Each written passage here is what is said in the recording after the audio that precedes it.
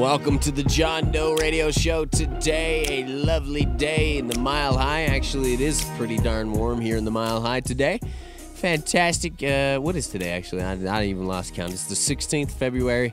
Thank you very much for hanging out with us, as I said, on the John Doe Radio Show. If you missed anything, hold on here. Let me fix something. There's some levels that are off here. Something a little funky here. Go there. And then check 1, 2, 3, 4. There we go. And all right. What? Oh shit! I just dropped the S-bomb. Damn. Completely legal.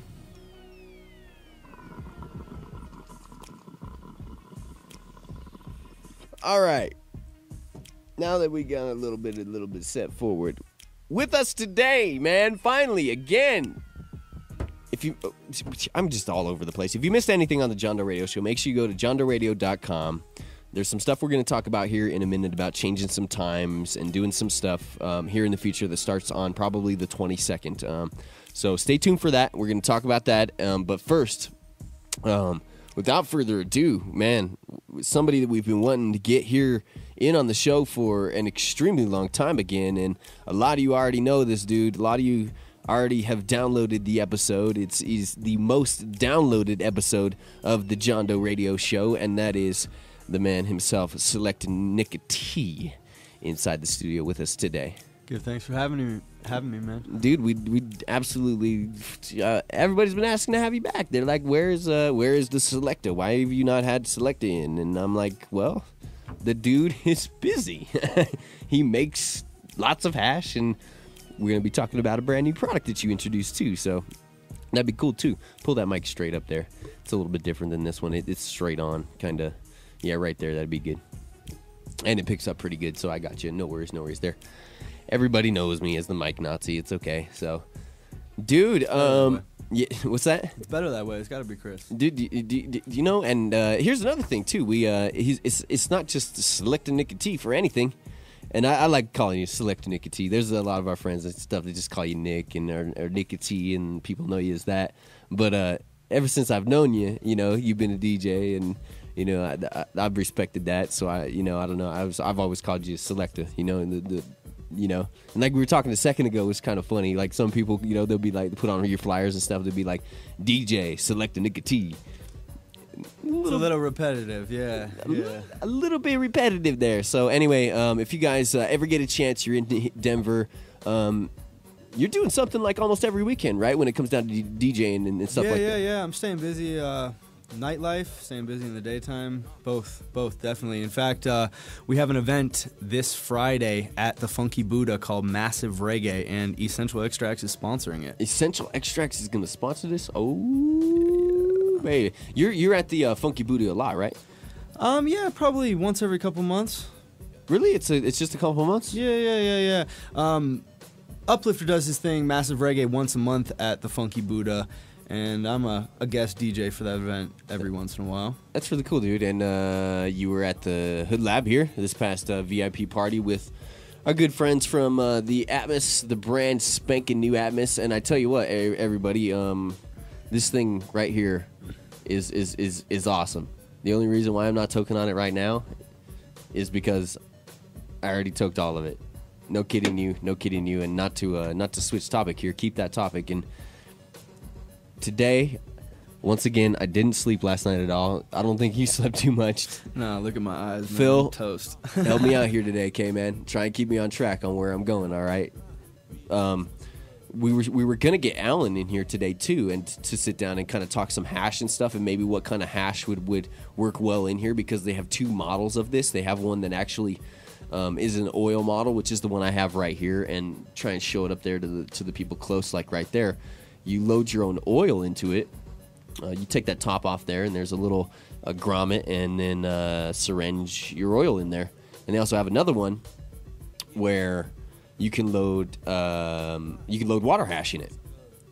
Yeah, the other one is actually made for flowers. It's called the Raw. No, it's made for flowers? Yeah, the other one, the larger one, yeah. See, that's why we need to get him in here and talk with him a little bit more about it. Yeah, originally they call it the Raw because it's made for raw material rather than hash oil. Would make perfect sense right there. But we stuffed some solventless hash in there, and it worked amazingly. Dude, it was pretty awesome, actually. Yeah, and there's the a few little things that I want to tweak with it. It could be a really fun invention. We talked about it yesterday on the show a little bit about how, like the if you added instead of there's a coil in it, I think, and instead of the coil, maybe a nail. Titanium nail, man. That'd be, and have like, I know. I already blew it yesterday. It's all good. It'd be cool to have it have it then tapered down in, like so that it doesn't get all gunked up on the side. Because here's the thing about this that kind of is the issue, is if you use certain kind of hashes and stuff, it would be nice just to have like a little, like, on the corner of these, have like a little line right there, just a little line, so that it was sort of, like a funnel down into the bottom. But when it gets warm, I mean, when you hit this thing a bunch of times, it gets warm and it ends up going to the bottom anyway. But everybody's really heard about the Atmos a lot, and you awesome people in the medical states have used it before, and before it's been, load your own cartridges have, sometimes only been 25, 40, 50 milligram cartridges, where it's really... Plus the fact that you had to mix it with glycerin. And glycerin, yeah, that was another thing. And people, you're concerned about what's included with glycerin and other... Glycol as well for the smoke effect. And yeah. Other things that they were mixing in there, and it was scary. Yeah, and I mean, and you knew that there was a product going to come very, very soon that was going to probably defeat that. And it's pretty cool that, Alan Schwartz and... I'm an idiot. Oh my goodness, I can't remember. See, this is dumb, sleepy Tim. I can't remember the other guy's name. Matt, the main guy. Matt? Yeah, I believe so. I think is his name. Kind of short hair, kind of stocky dude. I mean, no homo, but sort of good-looking guy, sort of in a way. Sure, buddy. I do that every day just to make Phil blush. From now on, I also do it to cover our other side of the audience. We talk a lot about ladies on the show, and when we had Christina Sasser in here, it was sort of like I felt sort of bad in a way for some of the female listeners, but in a way it was entertaining, and we want to play a fair game, both sides of the plate. Where the fuck am I going? Phil, you can't just be standing. You're gonna have to sit down here. Maybe want to get this shit back on order. But anyway, the people with the that used the Atmos before, I mean, it was a frustrating product. It really was. It was, and I'm not nailing. Matt had hooked it up at the normal con, and I had enjoyed it, and I kind of got excited about the idea of what could be in the future for it. And then when this was introduced, and when when Derek creates a commercial for something and gets on top of something, it's probably going to be a pretty decent product because the dude doesn't really hop onto anything, just like probably you would be like, nah, this product right here, and I'm not trying to, we're going to talk about your product here in a little while, but it's just, Alan was supposed to kind of be in here today, and I want to make sure that these guys get the props that they definitely deserve, because I'm not exactly sure when we'll be able to get them in again. And maybe we'll talk about that after you leave and stuff. There's some serious stuff at the end we got to talk about. But this you can load with your own oil. You hold it for 3 seconds. It heats itself up. It's like vaporizing oil. Everybody knows how much I dig the Silver Surfer vaporizer. I'm a massive, massive fan of that. I don't smoke or vaporize a lot of oil anymore, or a lot of flower anymore, unless it's something that you would approve of. Like... At first, I fought off a lot of the OGs, because it was the Cali. You're Cali, dude. So I mean, you were down with the OGs and stuff. I see that grin. You're like, you know it. Well, a lot of people talk shit in the beginning, and it wasn't anything to do with the strain at all. It just had some connotations behind it. Yeah. Some close friends, that came out here that had never seen it before were like, oh, I heard about this, and kind of. Plus, do you think it was just like an overflow of it at the time? Like people were just making up names here at some point, and things like at first it was like, and tell me if I'm wrong here, because you're kind of the OG master when it comes down to a lot of the knowing what's what and stuff like that. Stephen Lewis, he knows a lot about that stuff.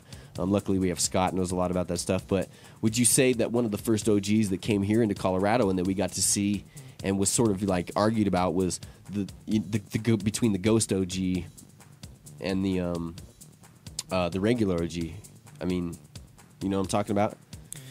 Well, I mean, the thing with OGs is they all come from the same mom. Mm-hmm. OG Kush is OG Kush. There have been many, many, many thousands and thousands of different phenotypes and stuff that have sprung up over the last however many years because certain people have grown it in certain conditions for a certain amount of time, and it's taken on those certain characteristics. Therefore, they label it as something different. It came from a certain region, so it's therefore labeled from that certain region. Cross differently. I think one of the very first OG Kushes that came out here to Colorado was the SFV Kush, or SFV OG. And, you know, there's been tons of OGs, so you can't say one came out first. But the SFV, and yeah, and you're right. You can't say one came out, but I mean, as far as popularity and what people were, you know, claiming to have, and I mean, people, the Ghost OG, I think, in my opinion, when in my circles that I heard, was one of those ones that everybody was like trying to get after. Was trying to get after. It was something that they had. But I'll tell you what, you saying the SFV was one of the first ones out here. SFV and Ghost, I think both came out around the same time. I mean, same thing in California. SFV and Ghost came around the same time because Ghost was a guy from elsewhere that just had an SFV cut, started growing it a certain way, and labeled it Ghost. Yeah. He's just a forum guy. So, yeah. So I mean, it's also subjective. I'm a big fan. Well, I do like the SFV a lot. I'm a big Triangle fan too, which is a very, very relaxing, calming, nice strain. I really dig that strain a lot. So, what is your favorite OG? Oh man, favorite OG. I can't label it to one favorite OG. I try and smoke a different phenotype of OG every single spliff. I like to switch it up. All the planetary OGs are really nice right now and really popular. I love the SFV for eternity. I will always love SFV. There's some really nice things coming out of OG Genetics that we're working with. Some really nice things coming out of Rare Dankness Seeds. That Doc's Cut, you know, a few nice things. Doc's Cut just took first place at the LA Cannabis Cup for Nikka. And we've been waiting to kind of meet. I mean, we've talked about it a little bit, and we went over with the winners and stuff. And we're just waiting to get Scott back in here. You know, he got in. I was hoping to have him in yesterday, but I guess he got back in like at 9 o'clock in the morning. So I mean, he obviously didn't have enough time to get in here. So next week, hopefully, we'll have him in. And and by the way, that gives us a good plug for another one of our great sponsors, and that has helped the John Doe Radio Show. You know, and we really, truly love them and appreciate them a ton. And that is Rare Dankness Seeds and Pam and Scott and Mark and everybody over there that does some great, fantastic work with just taking care of patients. You know, and I always want to say that, you know, in this industry, it takes some people that really have an investment into not only the patients, but the culture, you know, the monetary care of all of it. And you meet very, very, very few people that have all those characteristics with them, because you've either been jaded or you've either been bought out or whatever, you know. And there's a few people that started this, and you know, Deborah was in here the other night with oh God, I can't believe I just totally brain farted. The Healing Center, you know, one of the first spots that was closed. And, you know, she's been through, I mean, I don't want to get into her story and blast her story and you know, without her having in here, but she's been through some just craziness, you know, and you know, fought off some stuff, and it's her, it's Scott, you know, he fought off cancer, you know, and had his shop shut down. It sucks to sit there and watch that happen, you know, and see that type of thing go down when we all know that this is a medicine, and there's just one or two people standing in the way sometimes, you know, or a stupid vote or ignorance or whatever it is, you know, when there's people like you or there's people like me or Phil or whatever, you know, that in some level, whether it be spiritual, whether it be medicinal, whether it be recreational, whether it just be cultural, you know, and that's all part of it too, is protecting the culture of all this and making sure that, you know, the things that you love and the OGs and everything that comes along with it, making sure that stays, you know, and that it's a pride, and that it's something, you know, like when, when Budweiser or Coors or whatever came around, you see that Prohibition commercial that aired during the Super Bowl. I don't know if you saw that or heard about that or anything, but literally, it's like this Prohibition commercial they aired that was like the beginning and the end of Prohibition and celebrating it, like celebrating the end of Prohibition. I mean, they used like realizing how much they screwed up, and then at the end, it's like with the first Clydesdale delivery to, the first shop for, the Budweiser family and stuff. And that's the type of stuff that we really, it don't, like, when I sat down and I think about it, and I talk with Phil and I talk with other people and I talk, actually, I sat down and talked with James Frazier about it. And it's not, it's about paying bills. It's about, putting a roof over our head. It's about taking care of our families. It's about all that, and making this a business and everything. But it's also about, taking care of the industry and the plant and what it is, and making sure that we protect it and we create the rules that need to be created and leave that legacy, for your children, for my children, for their children, so that eventually, someday that they don't have to deal with the bullshit that we have to deal with. And it's this free thing, man. And it's honestly something that really, we appreciate people, like Scott and all these other people that have literally, put their life on the line. People like yourself. I mean, you know what you're doing. You know what kind of,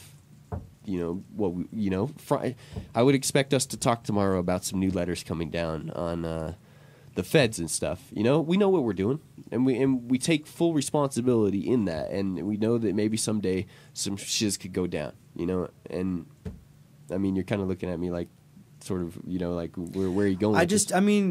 I live every day as legal as possible. I try and just keep promoting that, because but even if you're what legal, we have to do to survive in this industry right now is follow all the regulations to a T. And so I'm feeling comfortable with what we're doing right now because I'm following every single regulation to a T. There's not anything that they can say that I'm doing illegally. Yeah. But even with the state of Colorado, I mean, that's fine and great. And I'm definitely not saying that you're doing anything illegal or anything like that. It's just, with the feds and the letters. Oh yeah, there's always stuff to worry about, for sure. And it's always a stress on our backs, but all we can do, that's my point. All we can do is just do everything as legal as possible. Yeah, and in doing that, though, there's people that have bailed. There's people that have just that haven't wanted to keep up. Yeah, I got rid of my garden because I'm flat out. I don't want to be raided again. I sit here on the microphone every day. I think of my friend Chris Barkowitz almost every other day about what happened with him. And if he would have just been more of a ninja and hit his name and had 9 News maybe blur his shiz out, it would have taken the DEA to dig through 9 News, and they wouldn't have given him up, hopefully.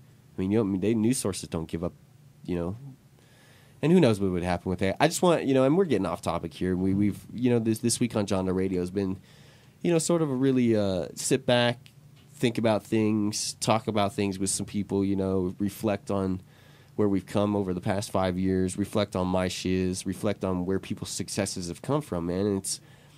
And it's really, really, really important to me to thank people like yourself, and that's ultimately where we're getting to with this. And, like Rare Dankness, raredankness.com, you can go check them out. They got a brand new website.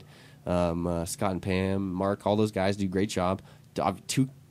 They're killing it. Obviously they won the Moonshine Haze, in Amsterdam. And then, as you said, the what's the strain called again? It's Doc's Cut. It's an OG. It's Doc's Cut and out in Cali. And so, yeah, I mean, go check that out, raredankness.com, 970-812-DANK. And good people, man. Treat them well, and they will treat you well. So, and, here's another thing that maybe I don't want to get into too much about, but there was a seed company here. There was a seed company here where they're the OG Genetics, right? That was out of California, and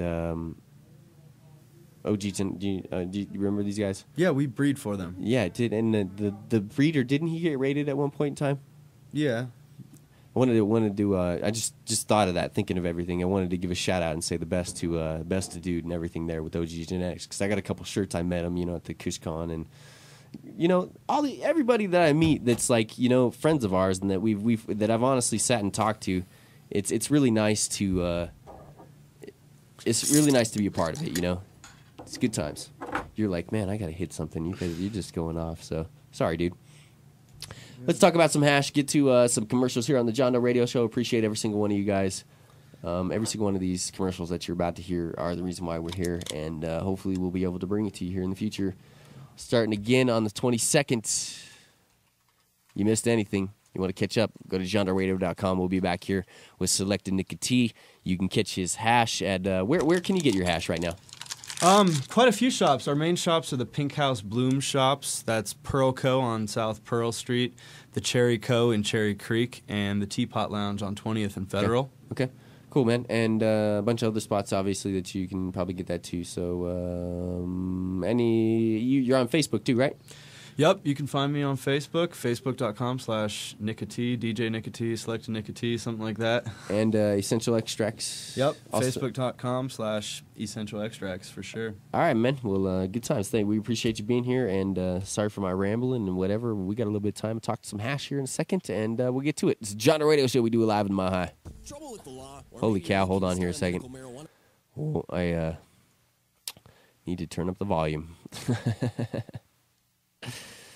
Thought I had the volume up there. It's the JDR. Trouble with the law, or maybe you're looking to start a medical marijuana business? The law firm of Edson, Mayton, and Matz can help. Attorneys Warren Edson, Lauren Mayton, and Chris Matz offer a wide range of criminal defense-related assistance and cannabis legal services. Call the team of legal professionals ready to help you or your business out today. 303-831-8188. That's 303-831-8188. Or check out the website, warrenedson.com. That's warrenedson.com. Mad Hatter Smoke Shop has got your high-quality, American-made, unique pieces and some of the best scientific glass available anywhere. Artists and companies like Mike Fro, Cowboy, Zob, Royal, and D-Rock with some of the best products the Mile High State has to offer. Treehouse, Joel Halen, Worm, Tricky, and more. Mad Hatter Smoke Shop also carries Sheldon Black, one of the highest names in glass standards. Don't miss out on the Holy Water style collection either. Our friend John Waters offers his line of shirts, jackets, hats, and skateboards for men and women. Mad Hatter Smoke Shop for everything the JDR Army needs. Mention JDR or John Doe Radio and get 20% off. 20%! Visit MadHatterSmokeShop.com or email store@MadHatterSmokeShop.com for inquiries. Mad Hatter Smoke Shop, 6091 West Colfax Avenue in Denver, 303-953-7015. Store@MadHatterSmokeShop.com, 6091 West Colfax Avenue, Denver, Colorado, 303-953-7015.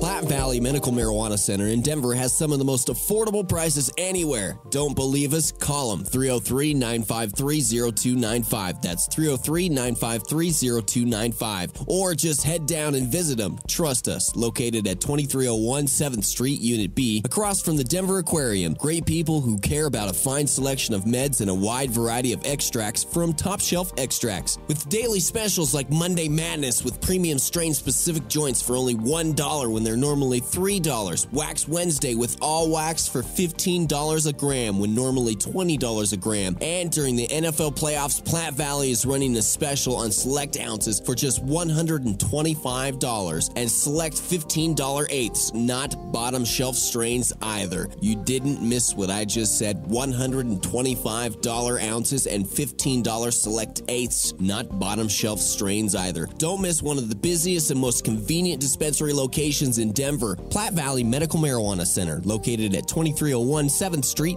Unit B, 303-953-0295. And until January 15th, everyone gets patient prices at $25 eighths and $150 ounces. Platte Valley Medical Marijuana Center.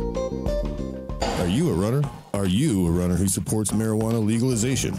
Run on Grass is a group of athletes actively seeking to change our marijuana laws. We speak the truth about cannabis, bringing the message through our feet to new ears. Check out runongrass.com to find out more about us, our events, and how to join up or how to sponsor a runner. If you're in the Denver area, please join us for runs or start a group in your area. Running not your thing? Any sport can do it. On grass. Runongrass.com. John Doe Radio.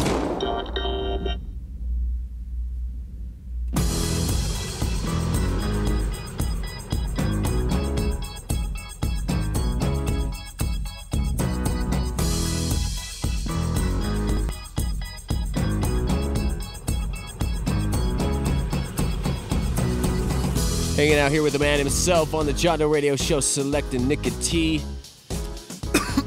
with his incredible hash making skills. And apologize to you guys there for a minute of going off on how we've kind of gone off on the John Doe Radio Show here this week, and kind of discussed some stuff that just was sort of personal and things. So I see Token Terra inside the chat room. Make sure you guys check out Token Terra and her tops. Token tops.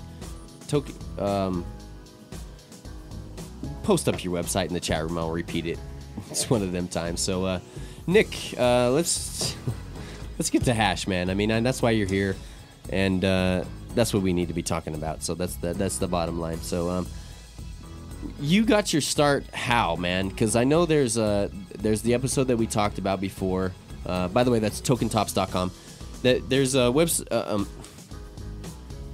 there's the episode that we've had you on before. We've introduced people to you on that. So I mean, let's get a little bit more into it stuff. So how did you get your start in doing hash, and what kind of? I mean, obviously the cannabis interested you because of the cannabis and all that great stuff. But and first of all, can I? And here's something I don't ask a lot of people, but can I ask your age? Yeah. I mean, I don't know if that really matters too much, but how old are you, man? 27. 27? Yeah. See, and you've done just so much work in that amount of time in moving the process along, and we find this with glass blowers too, and the fact that young glass blowers have made some really great moves and stuff. But so, what got you started on this? Because I know a lot of people want to know, like, how can I do what you do? Well, step right up there. Yeah, first of all, growing up in Northern California, it's pretty commonplace where I grew up to have cannabis around you. Yeah. So it pretty much surrounded me. I grew up smoking spliffs. I lived with a foreign exchange student for a minute, and then I lived in Tahoe with a guy from London who really got me into smoking spliffs. Yeah. And ever since then, it's just been I've been fixated on it.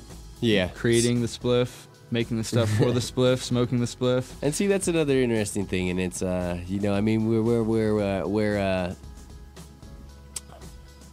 I can't say I'm the biggest fan of spliffs, but I mean, it's a cultural thing, and it's I mean, I just don't know how else to explain it. I mean, it's your own personal choice. Yeah, everybo's got their preference. Yeah. I've just been doing it for so long, and basically, I mean, that's where the hash making came from. I wanted to create my own hash for my own spliff.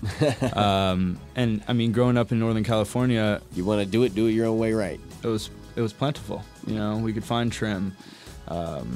Trim used to be plentiful, find everywhere. Now it's like you can't get it nowhere. It's funny. I think all of the trim has been getting sucked into the medical marijuana industry because it is. I'm stealing it all, maybe. You and all the other hash makers out there, man. Definitely. There's a few great hash makers out there. The people that make us some great strides. Yeah, big up Daniel Desai's with Top Shelf Extracts. Good homie of mine, always hooking up the connections. Yep, and we got Daniel on as a sponsor here on the show. I actually saw him yesterday. Me and Phil went down and hung out with him for a minute and dabbed away, talked about the cup for a little bit. So that if you'd like to get Top Shelf in your shop, make sure you holler at them, 855-710-EARL. Most ridiculous phone number, 855-710-ERRL. Phil's wishing he would have jacked that number. Also, big up Bo with River Rock. Exactly. Big up Stephen Lewis with Pink House Blooms, making that ISO over there. Yeah. Platte Valley carries the Top Shelf Extracts too. Also, we got to make sure that we give Platte Valley's been an awesome sponsor of ours too, and we want to give mad respect to Emmanuel. And I lived next to David for a minute, and who knows that. I lived next to David for a minute before I even went to broadcasting school. One of the guys that works down there, one of the managers, I think. And little did I know one day that I would be walking back into a dispensary and he would be standing there. It's like, it's crazy. It's really cool to be a part of it. So yeah, there's a lot of great hash makers. And with Daniel coming in and doing sort of splitting, I don't know what exactly we're going to do here coming up with restructuring the show. When things pop off here the 22nd, but with Kim coming in, we're gonna have you, we're gonna have Bo. I'd like to set up 5-6 mics up in this business and like just have you guys sit down, maybe even me just hand over the mic and not even me talk about anything. Just let you guys kind of go at it and discuss what you've learned over the past a couple years and how fast things have really moved. So it's pretty crazy. I mean. You're really into you do water hash. A lot of water hash is your thing, and Bo does, and Daniel sort of do the BHO stuff, and there's like some Temesium machines and all sorts of other these purge machines that have come out that are starting to make some really incredible product. And I don't know if you wanted to mention the product you have over there or anything, but I mean, you've got some other stuff that's like, I mean, people are washing, washing the extracts through. We did a little solvent wash on some of our hash. So we took some of our lower grade OG Kush hash and did a little ISO wash on it. So wait, I am. Oil. So I'm wrong. It's not BHO. It's your hash, but ISO'd washed out a little bit. And Yeah, just to clean it up even further. But it looks like shatter. The percentage that we're yielding off of something like this is upwards of 80% yield. So in actuality, the hash was pretty clean to begin with, and we just made it just a teeny bit cleaner with use of a solvent.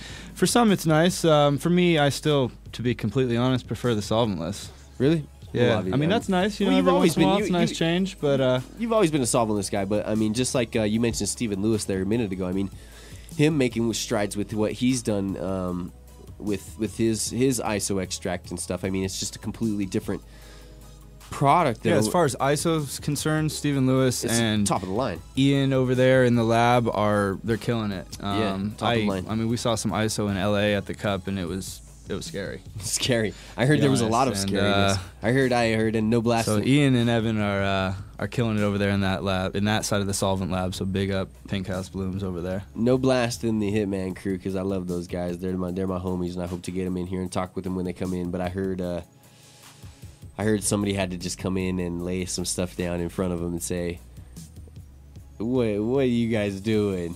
Like with the quality of product maybe that was right there. I don't know. I didn't really smoke any of the Hitman Crew's stuff. I'm not saying their glass is beautiful, dude. It's some of the most incredible glass out there. That's all I got to say about Hitman is their shit is top. Yeah, but I mean, solid. I mean, I'm giving a friendly little jab to homie there, and when he comes out, maybe we can discuss it a little bit more. But it's tough on the East Coast. Those boys are in no man's land over there. They don't have the oil like we have. They don't have the quality that we have. So it's tough to hate them for bringing out some product that's subpar to what we're doing out here, because we're on another level. And we truly are. And, we're talking about BHO a little bit here, man. I mean, it's not necessarily your favorite thing in the world and all, but, I mean, what's Cali like Cali obviously has a rule where you're not really supposed to make BHO, obviously, but... I mean, I had some really nice tasting products in LA when I was down there. Wheezy Dabs hooked up some amazing OG Kush, different phenotypes of some oils.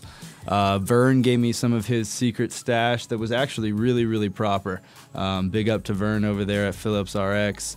That stuff that I tasted Phillips definitely RX. had an amazing taste. I think I might have, actually... My issue, though... I think I might have met that guy one time. I don't know, though. What's your issue? I think a lot of it has to do with the environment in California, the humidity, etc. But there was everything that I looked at, whether it tasted good or not, it was putty.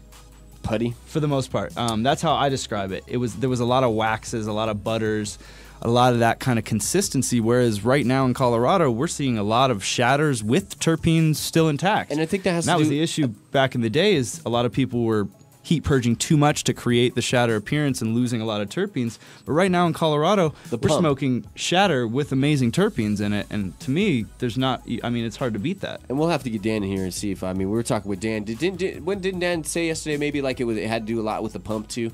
Yeah. Like it's a really, like you got to get a special kind of pump, and that really changes a lot of things. And then a few other things. So we'll get him here. We'll get in here and reveal some secrets, as much as the ninja-like secrets need to get revealed. But yeah, man, But oftentimes, hash is as easy as water and ice, and that's what I really want to concentrate on. We need because to talk about that for a just second. Released an amazing brand new product that we've been trying to work on for the last 2 years with R&D and trials and tribulations, and finally last week we released the essential bags. Sorry it took so long to get to that, but yeah, the people, you got to understand, man, this dude's got a brand new product out for you guys. I'm excited, so I want to talk to y'all about it because we've been working on it for so long, and we use these bags, this exact set, every single day in our lab to produce the product that we put on the shelves in multiple dispensaries and centers throughout Colorado. So I can stand fully behind these bags and say that the product we produce that you as patients are getting to consume is made from these exact bags.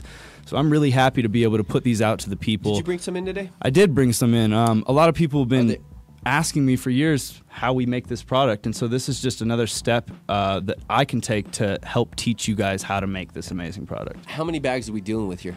It's a 5-bag set, and we call it the essential set because it's a perfect set to start with. It's a perfect set for advanced extract artists because, like I said, we use it in our lab. What microns? What microns do we got? It's a 5-bag set. And we've got a 5-gallon set, and we also have a 20-gallon set. For some reason, I was thinking 3 bags. For some reason, yeah. And the microns go from 220, 120, 70, 38, and 25. So you got that 38 and a 25. That's a little bit different than what some other. Yeah, and this set is kind of designed on. Why is that? Yeah, the set's kind of designed around our process. A lot of other hash makers and hash bag makers use a 45 micron down to a 25, and I've for years and years and years I've loved the 38 micron, and now I'm gonna give mad props to Mila because she's the one who created that 38 micron for pollinator. And I love the 38 micron. I've always loved it. We recommend using that 25 micron just on the last run to collect anything that you've missed throughout your other runs. And that's kind of why we throw the 25 micron in there. And some of this is alien talk to some people, but once you get into it, you're really going to notice this stuff. And guess what somebody just asked inside the chat room? You're going to love this one. What's that? I don't even want to ask it to you, man, because I feel like you're going to get upset with me again. Does Nikka use bubble machines like Matt Rise does? Use what? Does Nikka use bubble machines like Matt Rise does? I don't know what a bubble machine is, but we do use washing machines. One of the things that we do that's different compared to a lot of other extract artists out there is we actually will use a different washer machine for different product. Really? So we have different washer machines that have different settings of agitation. And say we have a product that's a lot more keefy, that's not as oily, we'll use a more gentle agitating washer machine. Yeah. Compared to a product that's a lot more oily, like a Bubba Kush, we'll use our more strong agitating washer machine. But yeah, we definitely use washer machines, if that answers your question. Yeah, well, I just... Yeah, we won't go into that. And anyway. Me and Matt Rise are banned from each other, so that's pretty much what it came down to that, so... But either way, I want to show you guys the bags. I love how you're like just don't want to have any kind of BS in your life. I'm a no drama kind of guy, man. I like that. I'm all love. I'm all support. I support and love everybody in the industry. I'm trying to learn from that. We just keep striving to be better in life. Dude, I made up with Miguel Lopez, so I mean, if I made up with Miguel Lopez, then there's hope for me, right? Yeah, definitely. I want to see those bags, though, dude. So yeah, these are the new essential bags. Basically, this is the 5-gallon, 5-bag set right here. The new logo is coming very soon. It should say the essential bags extremely soon here. That's cool. But for now, this is the exact set of bags. Nothing's going to change. Products change, logos change. Basically, we have the extended mesh on all of them, both the 20-gallon and the 5-gallon set. You know what? That is cool because that is extended. Yeah, basically, because usually it's kind of flat. A third of the material is mesh, which allows it to drain a lot faster than bubble bags, a lot better than the old pollinator bags, a lot better than the other bags on the market right now. And now there are companies coming out that have this extended mesh, but I prefer it. You don't have to sit over your bucket for a long time. It just lifts very easily. Yeah, because when you get down to that small micron, you're just sitting there and you're like, Phil, you made water hash before? Oh, never mind then. That's really usually that stuff sits flat, on the bottom of the thing. I mean, there's not that much room for. That's a lot of room for drainage. Definitely helps drainage for sure. I like that. The other cool thing about these bags, I'll show it up to the camera when you get a second there, is the inside material. There's a lot of cheaper bag companies out right now that are either putting a plastic coating on the bags or a waterproof coating. This is like straight up raft material. You can take a knife to it. You can take your dabber to it. It won't scratch. Nothing will flake off. This is a hardcore material here. I stressed for so many years to get the best material possible, yet it's still extremely lightweight, easier to maneuver.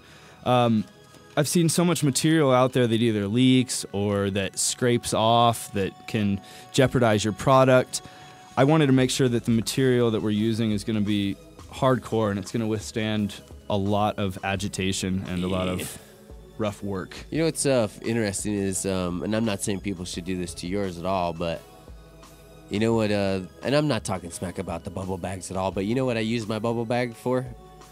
I cut the bottom off of it and used it as a filter for my Tane extract, which ended up being sort of a perfect thing. I've seen people use napkins to put at the bottom of there, tubes. Coffee filters and. But napkin. I mean, a napkin. I mean, come on, a napkin. That doesn't seem right. Yeah, you're not gonna catch whatever. So I think a few people that I that probably know what's up and probably know I'm calling them out have come quite a ways since then. I'm not gonna give names.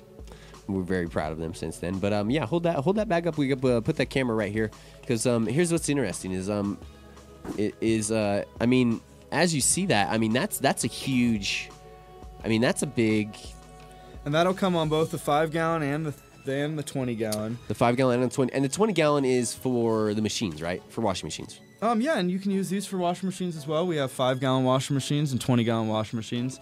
Forget about that.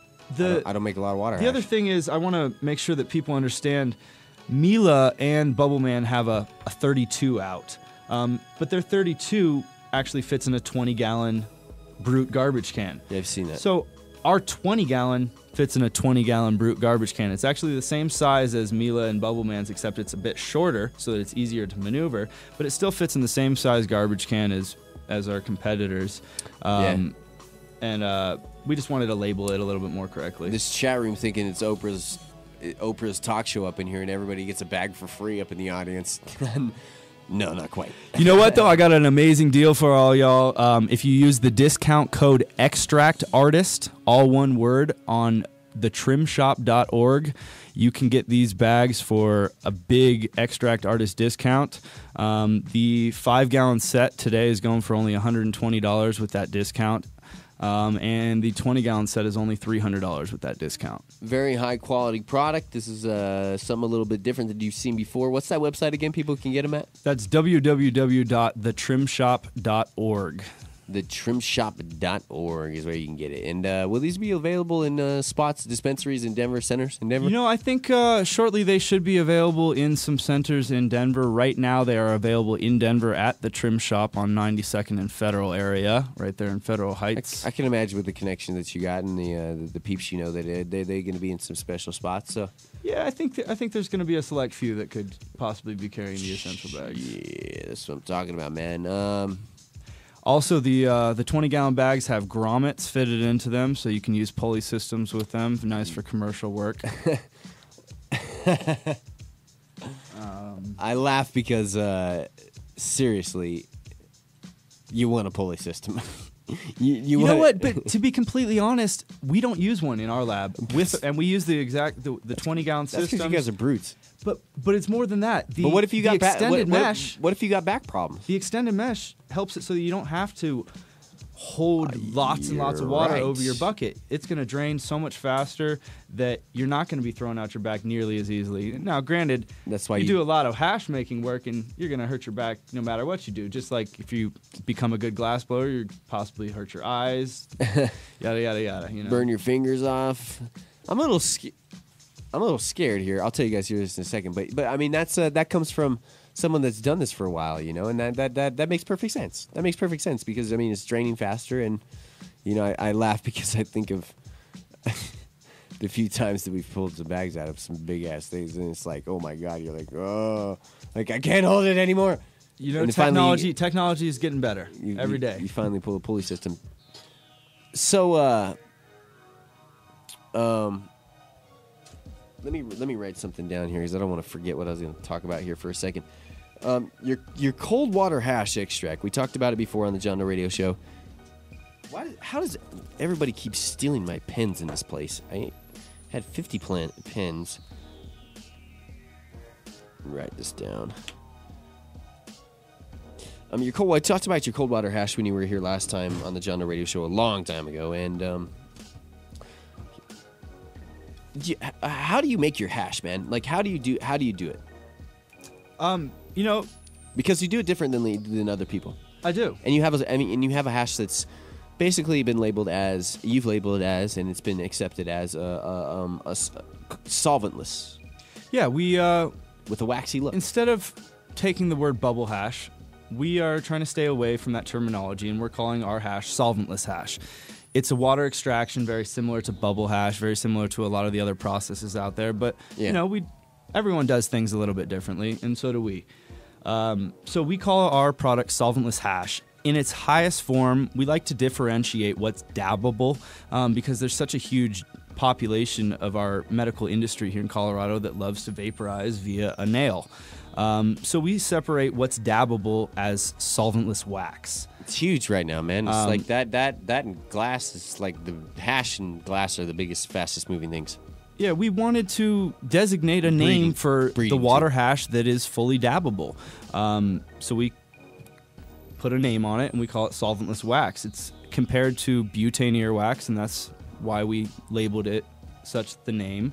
It's hitting very similar percentages as butane extracted hash, and it has a very similar waxy appearance. What's those percentages? You know, it's hitting upwards of 80% since Full Spectrum has been out of the scene. I haven't tested anything in a long time. However, we are just starting to test with Can Labs. So I should have some test results. They're upstairs, aren't they? Almost any day now. They might even be in my inbox right now.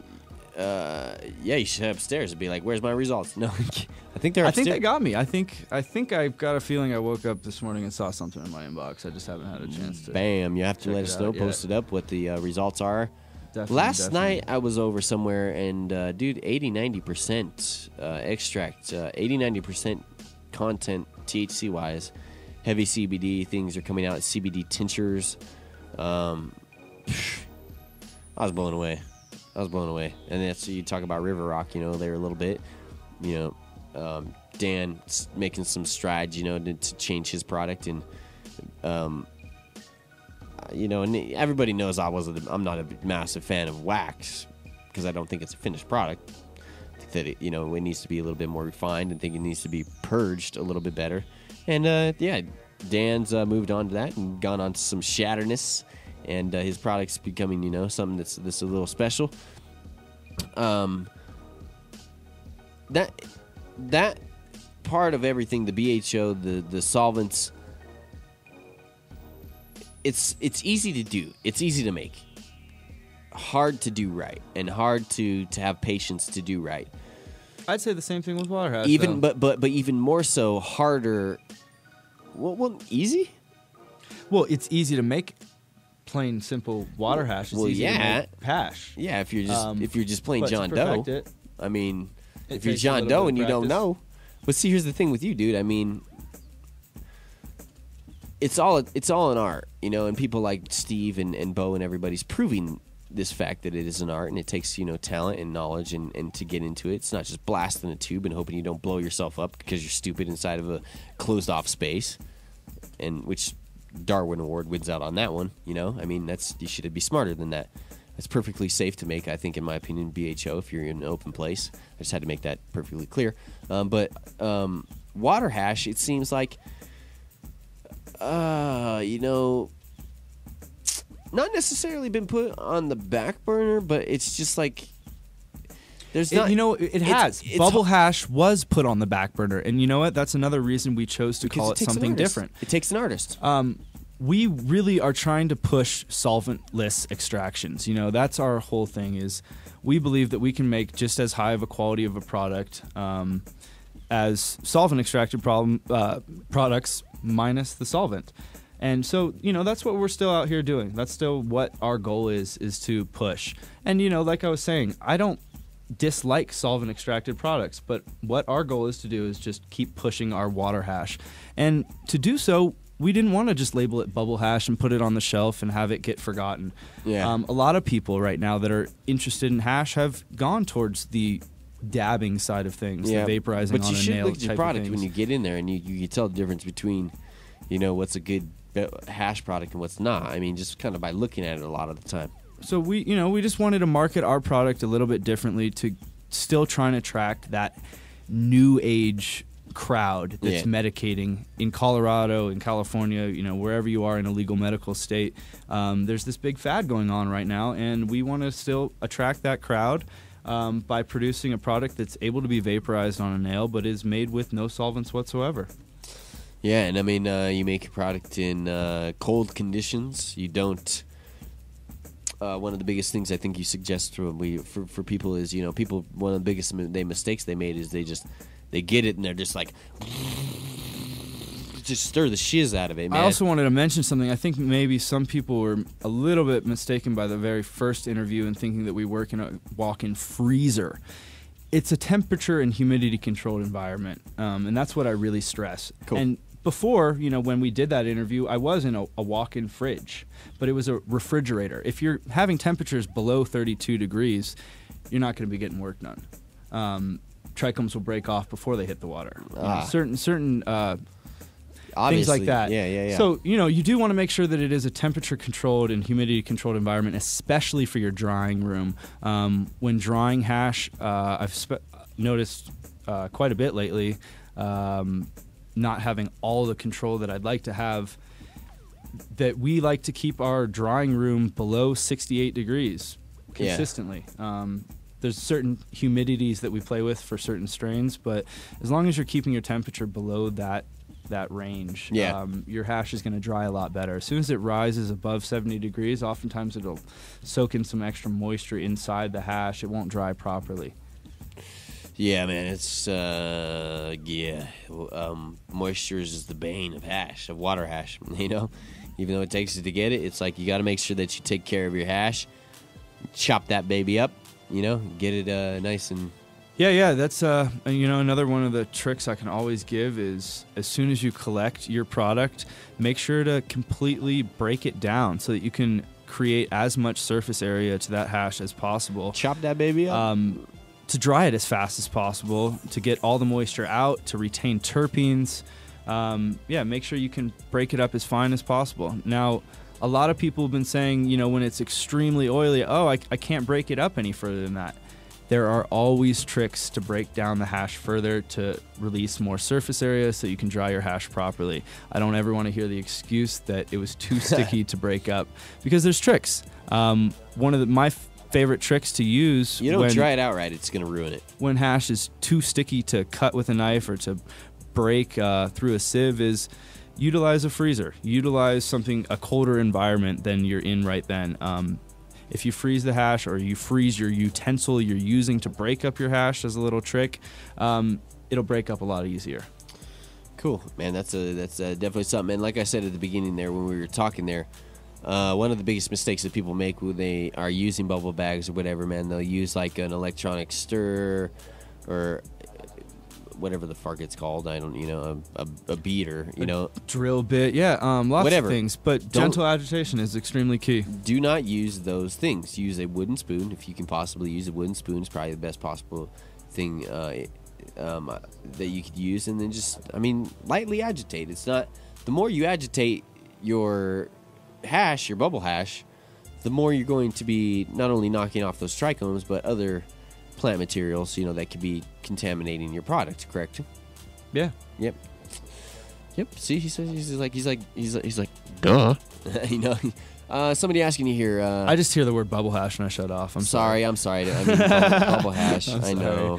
I'm just really trying to get people away from that terminology. No disrespect to Bubble Man whatsoever. I just think that bubble hash has a different connotation than solventless wax right now. Just say something. Most of the product that we're making. Because you're true. I'm sorry, bro. I just say it how it is. Tell me the product then. we're Tell making me. is on a different level than your standard bubble hash that you're going to see in shops labeled as bubble hash. That's why we got you on here, man, is to make that difference between that stuff. And you're one of the leaders. Just in this. trying to differentiate, We'll make sure Well, make sure just don't sit there and give me a look like. No, Tell me.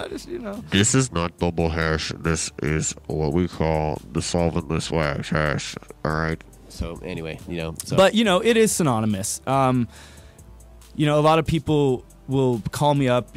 A shop will call me up looking for wholesale, and they'll say, "Oh yeah, we want bubble hash," and I'll say, "Oh, we have a water extracted hash similar to bubble hash, and we prefer to call it solventless hash." And sometimes they still are on the phone. "Oh no, we want bubble hash." And I'm like, "Okay, all right, you can go get your bubble hash, and we'll move on." But sometimes people are just stubborn. It's tough. It's tough to deal with, and I'm stubborn as well. And we're just trying to keep to our little our marketing terminology of solventless wax and solventless hash to describe our product because we think it's on another level. It's great, man. And last night, again, I got to try, or at Dred's birthday party. I'm losing days, man. At Dred's, we got to try some stuff, and you were telling me you're not. You're really picky about your product and the quality of your product and stuff, and you're like, oh, this is this, and even trying it and dabbing and stuff, and you're like, you asked me, you're like, it's like how to dab or whatever, and I'm fantastic. It's a great product to be able to. It's not, the difference is the difference in that hash, which is the what grade would you call that? Yeah, so basically I gave Tim some solventless hash, some OG Kush solventless hash. Yeah. Basically is what we fantastic. Call our lower grade. We call our highest grade solventless wax. Better than most people's hash. But I gave Tim some hash that we don't consider dabbable. He decided to dab it. He said it's very dabbable. So even some of our lower grades are definitely dabbable. It'll just leave a little bit more residue than what we call our solventless wax. It does. But see, here's the thing. It's still clean though, man. Oh yeah, the flavor will definitely be there. And here's the thing, and I know, because I use cannabis for my migraines, and I ain't gonna fart around with something if I know immediately if it's gonna give me a migraine, and that OG hash is great, dude. It's really relaxing, really, really, really great hash. And you said some of your low quality hash, and it's like people in Iowa are so mad at you right now. Because they're like... Because they can buy full melt for $10 a gram. Sorry. No, in Iowa, because they can't get any of it, They're just like, it's one of the worst available states to get cannabis. They're like, damn you, Nikka, T, and Tim, why you guys got to sit here and talk about this every day? And we'll move here, Get up and move. And I know it's not that easy, but it's a good place to be right now. Colorado is. But I've been hearing a lot of frustration from, the rules and everything, and I've been hearing some rumors about change of locales for some spots, and it's scary a little, man. We don't know what's happened. It's constantly changing. Our industry is constantly changing. The legislature needs to come in and protect the industry. We talked about this on iCannabis Radio. We talked about this, I think, on Monday too. Also, I went off on it about how it's important that the banking industry somehow, and not necessarily the banking industry, but there's a vote coming up, and I can't remember when it is, if it's today or tomorrow, or there's a vote coming up in the state legislature that would talk about, which got failed last year miserably, because of maybe RICO statutes and stuff like that. But where the state, you had to come in and have angel investors that would basically give the state money, towards a program, which happens all over the time, all over in every industry. You have people coming in and giving money, investing through the government, and the government, gives back that money through whatever. And it's not allowed in the cannabis industry because they're afraid, the RICO statute would come into play, that, that the feds could come in and take the legislators away. And there's now a bill coming up again. It's going to keep coming up year after year as long as we have this situation with the banks that, will not allow us to do business, in a proper way. And the only reason why they're not letting us do business in a proper way is because the feds are just flat out fear-mongering them. There's no reason. They're just scared. You can't blame them. They don't want to have their business taken away, be raided. It's a bank. That's a lot to lose.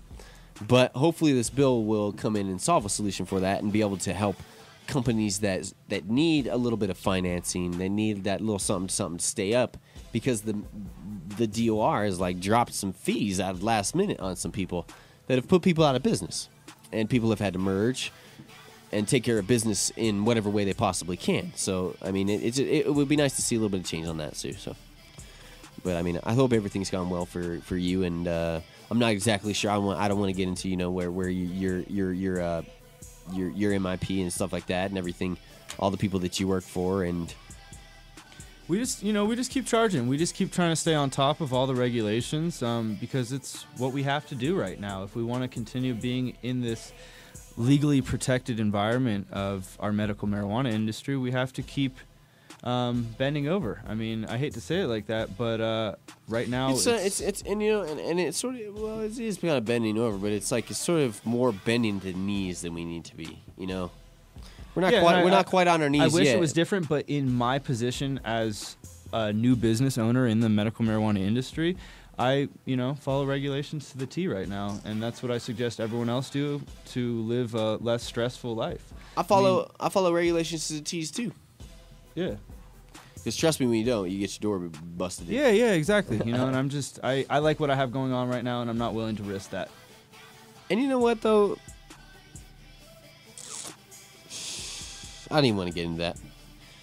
It's good that you do that, because here's the other thing about all that is that it ruins it for everybody else when you don't follow the rules. I enjoy is the wrong word here. I appreciate the people that are doing everything that they've done for years, created access that's access before there was legal cannabis, medical marijuana.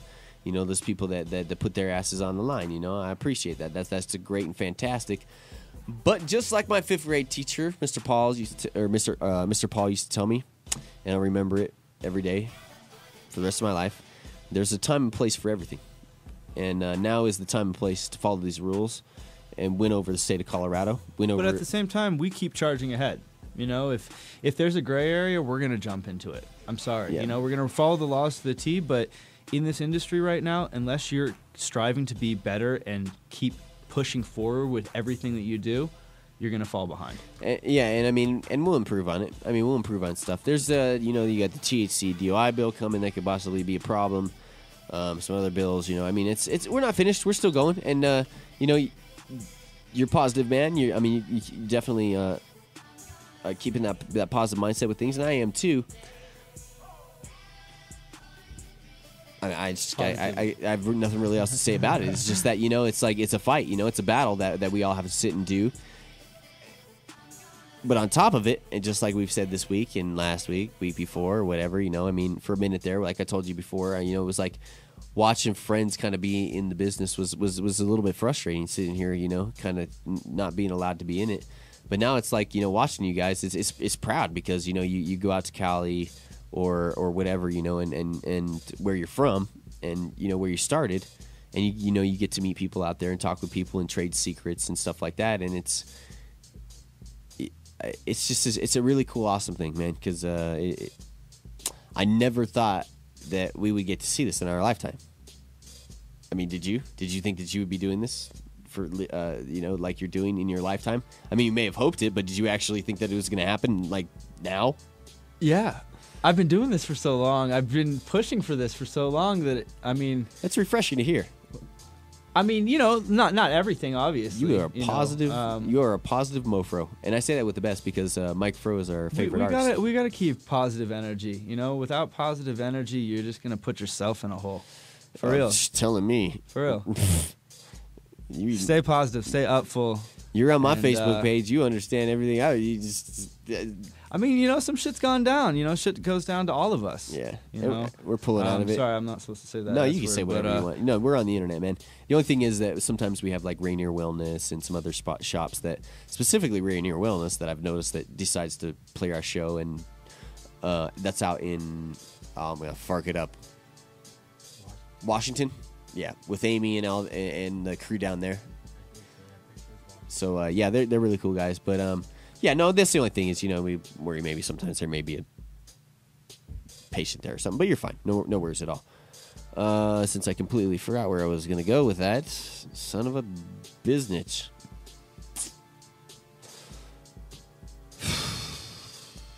So, coming up here on April 20th, we got the Cannabis Cup coming. And what's going to happen is people are going to be going out to dispensaries, say wherever your product is carried. Legal patients will be it'll be Amsterdam like. They'll be going and buying the product at this place and then coming back to, I think,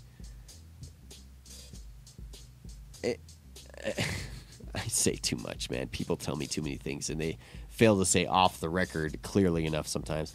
But there's going to be a 420 this year, but it's going to be a little bit different. There's going to be buses, taking people out to the dispensaries and stuff. I don't think there's going to be really any distribution going on inside the 420, So it's going to be bring your own, still booth step and stuff, but, the dispensaries are just not going to be, handing out things, and doing what's thing, and whatever's whatever, man. We got to do, we roll with the punches. The fact that it blew me away last year. We walked into 420 and, just the warehouse. I mean, that warehouse room was just, that was the most amazing example of freedom that I think I've ever seen in my entire life. Amazing. Like, gave me a fire to, come and want to do this the next day, come and want to continue this and bring this to other people, seeing that many people medicate and take, good care.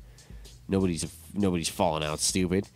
At the same time, it's like I think the beer fest was going on, and you're seeing people just they can't even walk when they come out of that thing. It's whatever. It's frustrating to see. So yeah, we've managed to keep it really mellow and really professional in all these medical marijuana events. I don't think I've heard of one bad thing happening thus far. No, I mean, yeah, I don't even know how to explain it, but nothing's bad has come out of these medical marijuana events. And so we're going to keep pushing forward with them. Yeah. Keep showing the general population that this is not a bad thing. This is a medicine, and it can also be recreational. I mean, I think it's good for both. I definitely agree that it's good for both. But here's the thing we talked about with Phil the other day, too, and I'll repeat it again. It's like I don't even really smoke recreationally anymore. I mean, we went and we hung out at Dreads, and then we had a fantastic smoke session. But honestly, I felt so much better after the smoke session. I mean, it was recreational in the fact that we got to hang out with friends, and that's where the culture clash comes in. And people don't get that. People don't get the culture side of what we are and who we are. Like you busted out your Dreads yesterday, man, and I think that's just some impressive action, man. I was like telling him, I'm like, dude, you should roll those things out a little bit more, man. And every once in a while, 2012 is the new year. The year of the dragon, baby, is what it is. So breaking it out, yo. I'm going to on my Joel Halen piece get a dragon blasted into the front of it. I just got to give it to the right person. You can't be handing a $1,200 piece over to somebody that doesn't know what they're doing. Maybe we'll just have Joel Halen do it. Anyway, once again, let me check out that bag real fast. I'll hold it up to the camera. This is just the one bag. This is the just one of the bags in the one of the bags. And as we mentioned, guys, make sure you guys check this out as we wind up the John Doe Radio Show today. Check out the essential bags. www.thetrimshop.org. 20% off. We got the Extract Artist discount code right there. 20% off, man. Right there. 20% off discount code Extract Artist. All right, if you want to get yourself a set of bubble bags, and also find Nick's amazing products somewhere around town, man, and been around for a while, man. And these are the essential bags. It's all you need to make what we make in the shops today. And you know what? No hate against anybody else. And I hate sometimes, it's been drawn to my attention even when I sat down talking to Miguel Lopez, and sometimes I can be a little bit rough around the edges to people, and I don't necessarily mean it. But no hate here, but whatever you'd like to go by. But this the homie, Nikka T, man. Help a brother out. Take care of a Colorado company. We that's why we love the Silver Surfer vaporizer so much. As much as I'm kind of frustrated with him right now, but that's a whole nother story. So it's dealing with someone that deals with bands and promotions and other stuff. You got to expect that. So anyway, I apologize to the person that we owe that Silver Surfer vaporizer to. So ask the last person that we owed one to too. So they eventually got theirs, but don't worry about it. We'll take care of you. where we were going with that, yada, yada, yada, blah, blah, blah. Colorado companies, awesomeness. Even if you're out in Cali, I mean, you're a Cali dude, support good people that are coming up in this industry, have good ideas. You yourself got a fantastic product. I don't know, man. I mean, is there anything else you want to talk about? I didn't intend to ramble as much as I did today, and I don't know, Phil, did we talk enough about hash and how to create it, the best product to get? I mean, everyone's asking for the step-by-step. It's hard to do a step-by-step on a radio show. The step-by-step's coming. It's coming very soon. And you really did give a step-by-step on the podcast you were on. I mean, there's people that put up a couple videos of hey, I learned this from the John Doe Radio Show. Check out what I got. And Definitely. Quite a few people learned their process through it. But, it's tough because everyone's going to do their thing a little bit differently, even from getting a process through an interview. Very shortly, there's going to be some videos up. I'm just super OCD. It's a perfectionist. It's got to be perfect for me to put it up there. You wonder why that we didn't want to get into video so long here, and it's great, lucky that Phil himself has done such a fantastic job. So, yeah, I'm too OCD too. Soon come. It's coming. But the other thing is, if you have any questions, any specific questions, it's tough when you ask a extremely generalized question because I don't have too much time to give long answers, but feel free to ask me any specific questions you like on the internet. FullMeltBubble.com, Facebook.com. Extract Artists. Yeah, Extract Artists. Facebook page. Facebook page there you can Nikka check out. But yeah, feel free to ask any questions. I'm always answering questions every day. Wait, the Extract Artists page actually getting invited to. What's that? Yeah, but feel free to ask to join Extract Artists on Facebook. We'll shoot you an invite. Can you invite me back on there? I think if you've previously been on there, you have to ask to be back on, and then we can confirm you. I'll come back on, because the only reason why I'm not on there anymore was because of Matt Rise, and he just attack me about, like, the BHO, and talk about how I was putting people in danger of, like, death, and it's like, I don't need to deal with that. It's tough. I love Matt Rise. Certain ways that a lot of people in the industry go about certain things can be very persistent.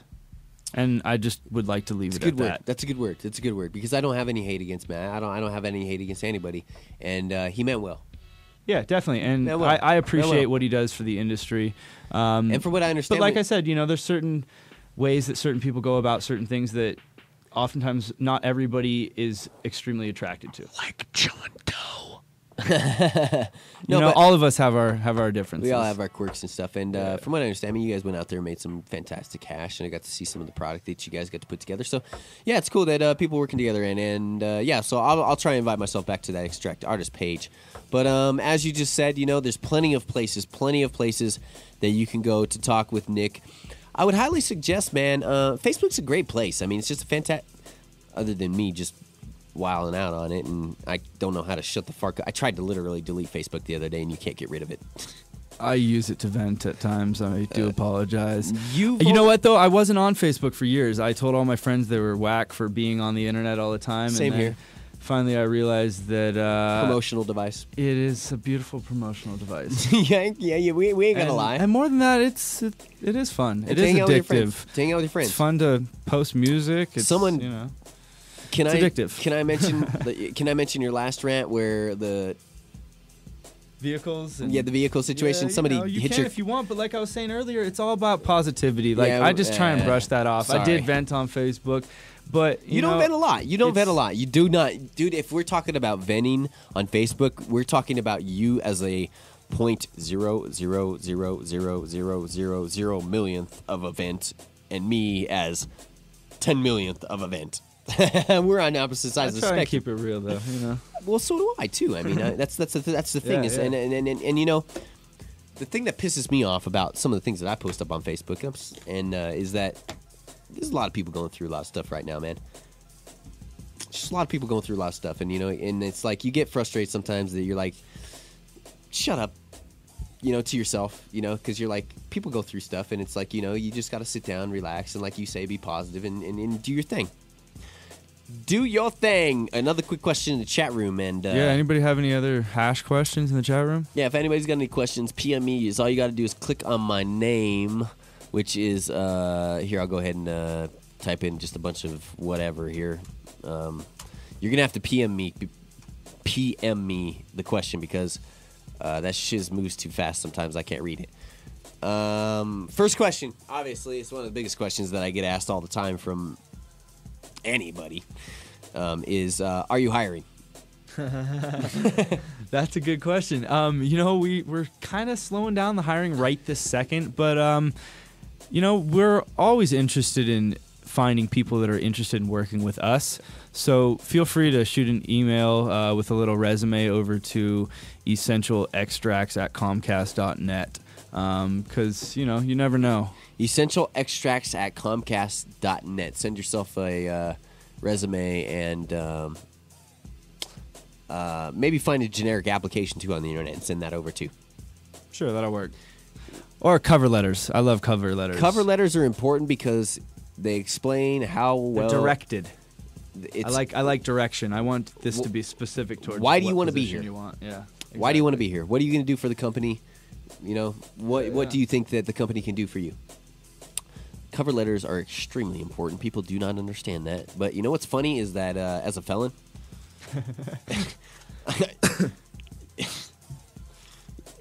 I'm not going to even go off on it again because it drives me crazy. I've turned in 11 applications in the past couple weeks, and I'd say 8 of them turned back, no, you're a cannabis felon, and the other 3 were, do you smoke medical marijuana? You're going to get tested, so yes. Sorry, we can't hire you. How am I supposed to get a job? And we keep going into negativity here, and I'm not trying to get into negativity and stuff here. And here's something positive. We'll get into here too. Wait, actually, I think there's a few other questions here before we get into something else crazy because I'm telling you right now, Phil wants to kill me right now. He wants to kill me. When drying curing hash, if we can't keep a full room maintained at 68 degrees Fahrenheit, would it be okay to finish in a regulated storage fridge?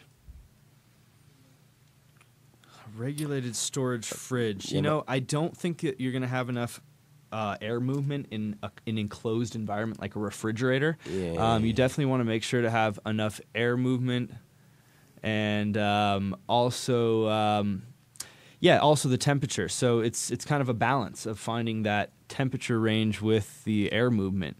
If you're in an enclosed refrigerator at too low of a temperature, you could easily mold a wet product.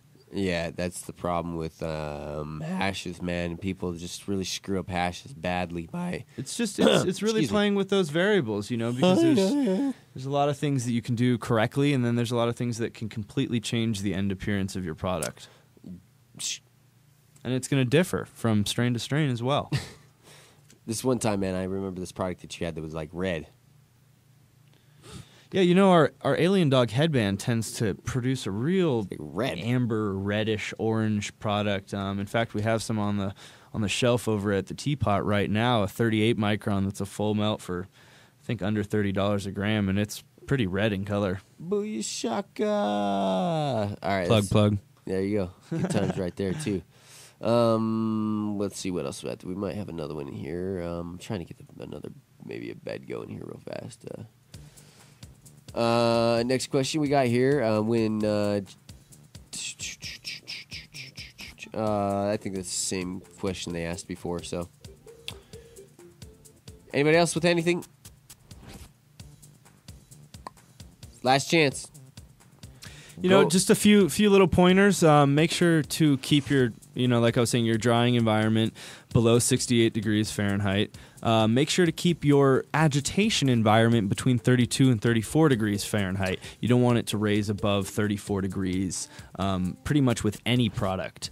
And then there's certain product that as you're agitating, you want to keep really right on 32 degrees, not let raise above 32 degrees. That's just because it'll pull off your trikes. It'll pull off a little bit easier. You have that more clean because of that cold, right? Yeah. It's all about the clean separation of getting just the trichome head from the stalk and not pulling off any plant matter with it. Oh yeah, baby, you got to get that trichome head and stuff. And so what's the I didn't mean to get all funky there with you. Dude, stalks and heads. Sounds funky, but I mean, what's your thought on that? What's the difference? Well, a lot of the oils, also a lot of the essential cannabinoids are contained in the head of the trichome. Yes. So what we're really trying to obtain to get that real oily, waxy appearance is to just collect the heads. Why though? Why? What's in the Isn't the stock valuable? Yeah, the stock is valuable, and oftentimes we'll collect that stock in just the 120 bag. We collect all the stocks in the 120, and I've heard it's the more of a stocks CBD are melty as well. I've heard that, and I could be completely wrong. I am just bringing this out of nowhere. This has nothing to do with accurate, informative John Doe Radio. But I've heard that the stocks maybe a CBD, maybe carry a little bit more CBD action. But I could be wrong. Could definitely be a possibility, but I don't have the testing experience yet to claim anything like that. However, very, very shortly here, another plug for Can Labs. And other labs are starting to work together to figure this out. Yeah. Another plug for Can Labs. We're going to be working a lot with Can Labs now. We are just going to start testing through them. And Jennifer's great over there. Big up Jennifer. And I gotta go up there and maybe hit him up for some advertising. Say, hey, come down and hang out with us. And but very shortly, we're gonna have a lot more info on different test results. Coming out with an edible line here extremely shortly, and having Can Labs behind us is gonna be awesome for us. An edible line? In fact, a little secret this Friday. Tomorrow night, I believe, at Massive Reggae and Funky Buddha. Essential Extracts is sponsoring it, and there might be a little pre-release something for the people out there, for the patients out there. Also, maybe even an essential bag giveaway, possibly. So come through Friday night, tomorrow night, inside the Funky Buddha Lounge in Denver, Colorado, for Massive Reggae with myself, DJ Uplifter, and another special guest, DJ T-Roy. Massive Reggae! From out of town. Reggae. I was trying to do the reggae echo there with no energy, and it didn't really work. So, a few more questions here, actually. I don't want to blow off Corey's questions here. It looks like he has a few more. I always got to be that guy that asks the last second. How long dry versus wet?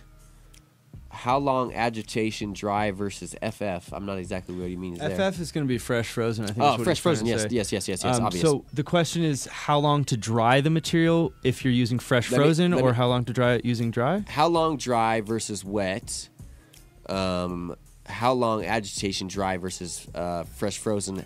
How long is the agitation difference in fresh frozen versus dry trim when working with a wash machine?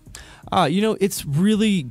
you can't just say that dry trim you have to agitate at one certain time and fresh frozen trim you have to agitate at a certain time, because it's really going to depend on strain. There's so many factors and variables, like I always mention, to always keep all the variables intact and in mind.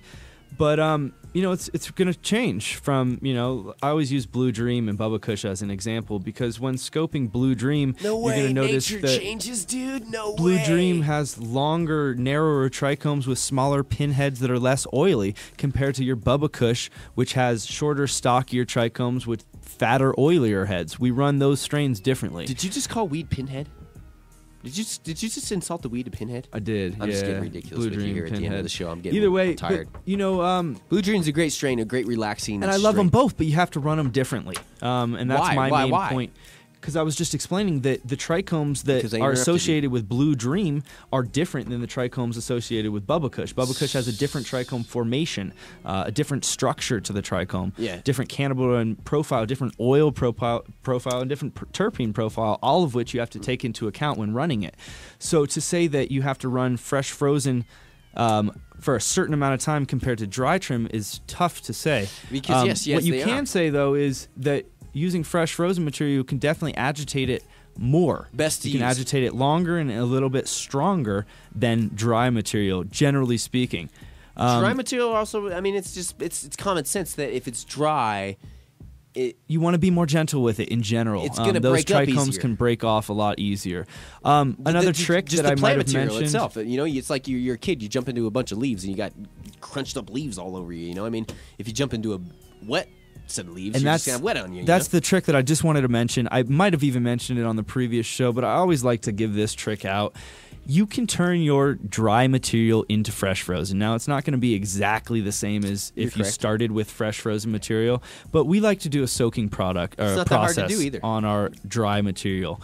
A lot of people will take the dry material and spray it down and then refreeze it. I highly suggest against doing that. Really? I've seen a lot of people trying to do that because they said that I could recreate dry material into fresh frozen. That's not the way you want to go You know, about I it. think That'll honestly, actually freeze I think honestly, the ice crystals into your trichome. what you said is it turns it into a the final product is swaggy.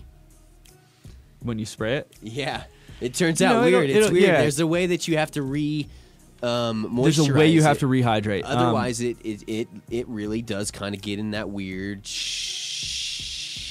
And the other wag. thing that you have to realize when you're remoisturizing, if you put any water onto your material that's say above 34 degrees Fahrenheit, it's gonna thaw that material. It's gonna soak water into those trichomes. You always want to make sure that your temperatures are exact with whatever you're doing with the material. So if you have dry material and you're doing a pre-soak, your pre-soak you want to have it exactly accurate, just as accurate as your process, just as accurate as your agitation itself.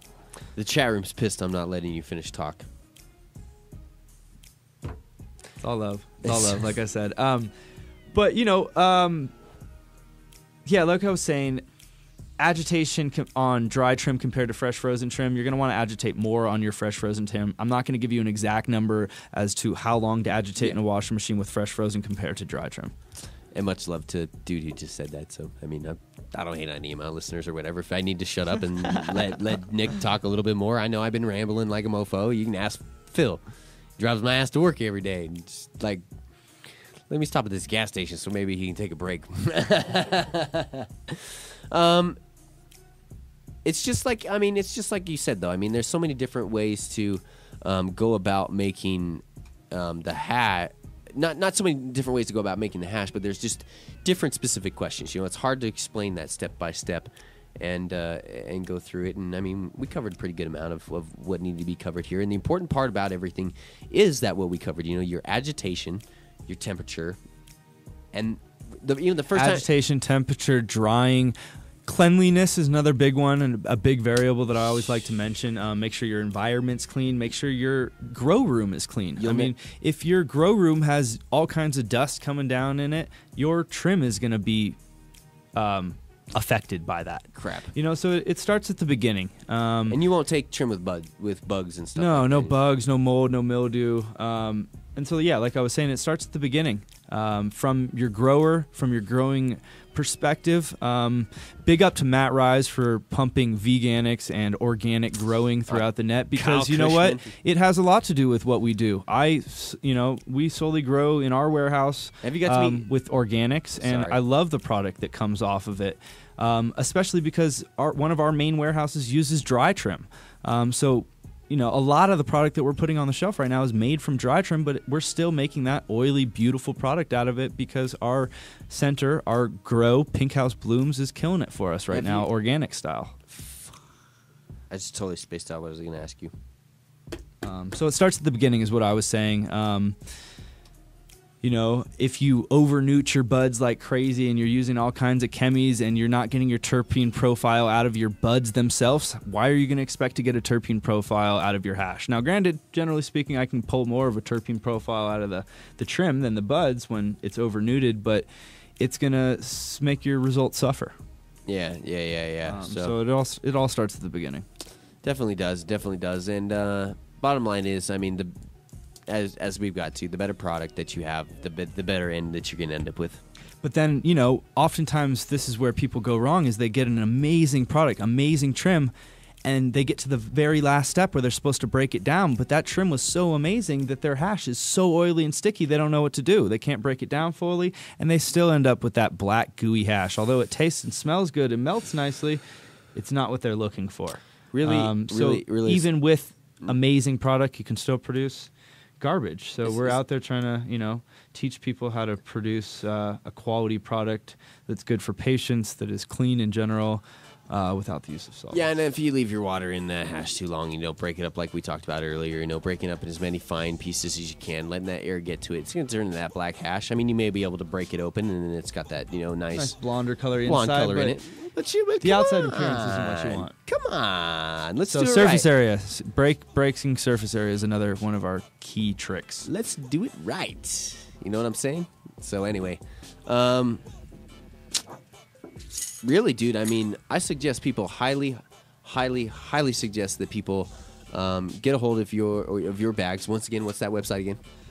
www.thetrimshop.org. Use that discount code EXTRACTARTIST, all one word, to get your 20% off Extract Artist discount. Yeah, these are the essential bags. They're built to last. The micron material that we're using has not shown to stretch at all. We've run at least 250 runs on these. That's something else. Extremely high quality material. Everything that we're doing with this is, it's not to make money. I'm out here trying to put out a product that I approve. Neither are we. So that people can make the product that I make, because that's the question that I get all the time is, how do I make this? I'm here trying to help you. And there's a lot of other great people making some great... I don't want to... I give you mad respect. Huge mad respect. There's a lot of other great people making some great product out there. That's... Colorado's killing it. Colorado's killing it. I mean, Colorado's killing it. Honestly, though, I will never go buy hash that is black or... does not look like this right up in here. Let me put this up to the camera. Sorry, I didn't mean to totally... About to dab some Solventless. You're about to dab some Solventless up here. If it does not look like this, or Earl oil, which I like, my opinion, I'm not gonna buy it. I don't want anything to do with it, really, because it fucks with my headaches, man. And that's why I use cannabis. Like we were talking about a minute ago. As much as people want to say, cannabis is recreational and I use cannabis recreationally, I don't. Phil, can I call you out here? Me and Phil don't get high anymore. Like it's like, we don't. I mean, do you get technically high? I get normal. You get normal. That's the perfect example of word right there. And Phil, right, huh?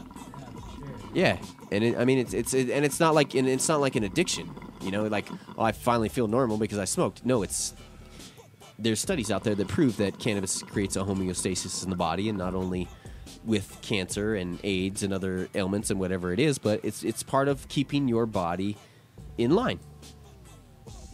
And the more we learn about that, the more great that it's going to be to get that out there. So, I apologize to anybody in the chat room if there is anything that we did miss and I didn't cover correctly. There's going to be plenty of times and opportunities to get Nick back in here, so long as you stay in Colorado. You are staying in Colorado, right? So far, so good. Yeah. Yeah. I heard a few people talking about over some jokingly Facebook posts of they might stay in Cali, and I was like, no. I mean those hot pool dabs. Oh, I didn't heat it. Sorry, bro. See, I'm trying to hit something that hadn't even been heated there. Hot pool dabs, man, it was hard for me to leave Cali. I heard Mitch was on the yacht. I heard even Dab's Lair got to be on the yacht. I'm jelly. I'm a little jelly. I was not on the yacht. And then Chloe, dude. The yacht was cool. Chloe went out there. She's like, I thought that she was doing her own thing out in. Actually, I can't say anything about that. She ended up making her way out to Cali and having good times out there, and just chilling. Red eye now. So that was good times. I'm waiting. Sorry, guys. I'm waiting on some extremely important messages here. Sorry. You're like, I'm also waiting for your thing to not get cold. It's perfect temp right there.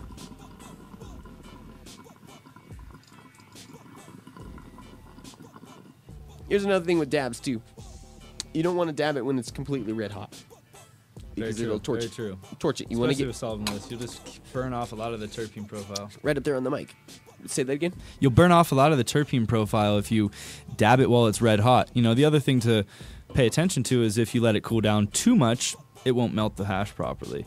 So it's finding that nice balance to get the terpenes, but also allow it to melt properly. Yeah. With the solventless hash, you know, one of the very few downsides is that it does leave just a small amount of residue. There's not really much at all on that one. But No. it leaves a really small amount of residue. But compared to being wary of the how the hell did that happen? solvent tickle of any residual solvents left behind solvent products, it's a small downside to us. Yeah, it's a fantastic taste. You're gonna hate me saying this.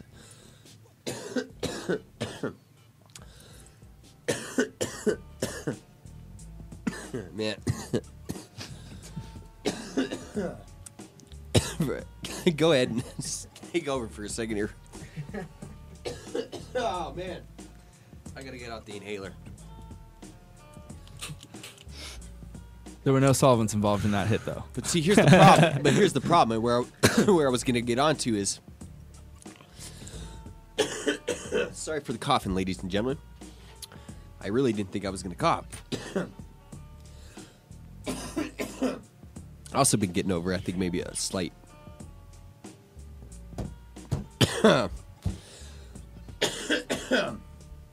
bad BHO mix. I've had issues with the water hash more than the BHO. It's not any like issues. I say it like it's issues or whatever. Water hash hits me a little bit harder than BHO for some reason. I don't know why. It's because I've smoked the bow for so long that I've gotten used to it, you know. Huh. But like I don't know what it is. All water hash or just essential extracts water hash? No. I'm not saying yours. No, pretty much. I mean, your water hash is some of the best water hash that's out there. You know, I gotta throw Derek a huge shout out there to him because I really do dig the hash that he makes and stuff, and does a fantastic job. Yeah, that grape stomper was fire. Helps me out a lot, and yeah, I did have that grape stomper. Always got that Lambo that's out there too. That's something that's an extra special strain for. There's very few of us still doing the water extraction, so I gotta always big up all my water extract artists out there for keeping this thing alive. You know, big up Derek, big up my homie Darwin, big up Bo with Dr. J's, big up Matt Rise in Cali, big up Buddha in Cali. I mean, there's so many people. BAMF Extractions just took third place in LA for concentrates, and they didn't even separate solvents from non-solvents. So big up BAMF for killing at the cup for water hash. I heard a few people not too happy about that situation. What situation? Oh, Not having separate categories. It's interesting because after we had the cup in Denver, they said they were going to start splitting the categories, especially because they were confused and thought that my product I entered was butane. So they said they were going to start splitting up the categories. So I was a little bit confused by them not having two separate categories. Yeah, I made sure I went over and introduced. I mean, obviously, you probably would have got taken care of yourself, but I mean, I made sure I went over and was like, you know, told Danny, I'm like, Danny, this is Nikka T. This is his stuff. I think you guys thought it was BHO. No. And then I think you guys got to talking after that or something. Yeah, and now me and Danny are getting real tight. Danny Nikka. We haven't had him on the show for a long time, man. We need to get him back on and stuff. And High Times, help me out. Print that article with Chris Barkowitz, man, and we'll do whatever we want for you. That's all I ask, man. That's all I ask. And there's been a story. We've already told the story before about that. Big up to High Times, by the way, for throwing events, period. Dude. You know, like, there's a lot of people kind of coming down on, the High Times Cannabis Cup, saying, you know, it's all about money and it's rigged and stuff like that. But you know what? It was an awesome time for all of us to get together and have a nice social environment. All the guys involved are amazing people, and it's a fun event. You know, socially. Just think about it like that. It's a beautiful social event. But nothing more. But here's the thing, too, though, and in the past, it may have been that way, and I don't care in the past it may have been that way or not, but it's become less and less like that. It's become more of a situation. You know, people don't know about the Hashmakers Cup too much in Amsterdam because it's the, you know, sort of an underground thing. It's an invite-only type of thing, and, it's not really talked about a lot. And but Derek, he took second place at that with the tangerine, and that's like something that's like, or how Rare Dankness took first place. That was an 11-panel member, first time in history that anybody had voted unanimously, on something. So they're getting there, and they're getting that process down. So yeah, I'm not saying anything about High Times at all bad. I just wish. I want to help out Chris Barkowitz, man. There's an article sitting on High Times' desk right now about Chris Barkowitz that could help out, and if anybody at High Times could push that forward and make that happen, man, I'll make anything happen for you. So it's good times, man. I feel like I feel like I've pissed you off today. Me? Yeah. No. Maybe it's just 'cause we're both tired. Yeah, I have no sleep. I haven't slept. We got to get you back in here more. That's the thing, man. We got to get more of a vibe and more of a thing going on. Yeah, man, I'm always down to come in. I appreciate you having me on today, for sure. We've wanted to get you on again. I don't know why we haven't had you on. There's a few people that as I spit on the mic, I'm glad this is my mic. There's a few people that we haven't had on for a while that we would really like to have on, back on the show. You were mentioning Veganics there a second ago, and we haven't talked with Kyle Kushman for a while. I mean, he does some awesome Veganics out in California. Wrote for High Times for a while. In fact, BAMF used Kyle Kushman's trim to enter the Sick. confidential mix in the cup that took third place. So and that's all a big connection. And I consulted the BAMF. That's so. sick. Yeah, man. That was weird. My bed just cut out there like crazy. And also, I saw Strawberry Cough win a little bit out there, too. That's nice. Yeah. That's It nice was to see. actually Starberry Cough or Starberry Dog. Really? Oh, Starberry man. I was Dog? really hoping. Something. I've got such a horrible memory, But but see- it was a cross of the Strawberry Cough, I think, with his Starberry or something. But I was really hoping that the Strawberry Cough was Yeah, going to make that's its way back, into maybe a new pheno or something like that. And because what's funny about the Strawberry Cough when you grow it, and we're winding down the show here, we need to get going. Phil's looking at his watch. Every time I look over at Phil, he looks at his watch. The thing about Strawberry Cough is I grew it out for a little while, and we talked with Kyle Kushman. Kyle Kushman straight up was like, "That's the Strawberry Cough," so we knew what it was. And there's a lot of people out there that think they have the Strawberry Cough, but they don't have the Strawberry Cough. And that's okay, because there's a lot of strains out there people think they have that they don't really have. The interesting thing about that, getting completely off topic, it's a 6-7 week strain really, and in that 6-7 weeks, it's like there's nothing there for 4 or 5 weeks, and you're like, what the hell? And you see that little blinging off of it, at least the pheno that I have and the way that I grew out, and then it's just that last 2 weeks, it was just like boom, and it was just nice chunky nugs, beautiful, just what I love about Strawberry Cough, and when we talked at the beginning, and you bring, the OG situation and everything, why, it was like, the OGs, and it's because some other strains got kind of left behind in a way, and, Strawberry Cough is one of those strains I really feel like, I don't know why it didn't proliferate more, because it's more of like a medicinal strain. It's got that sort of like creaminess to it.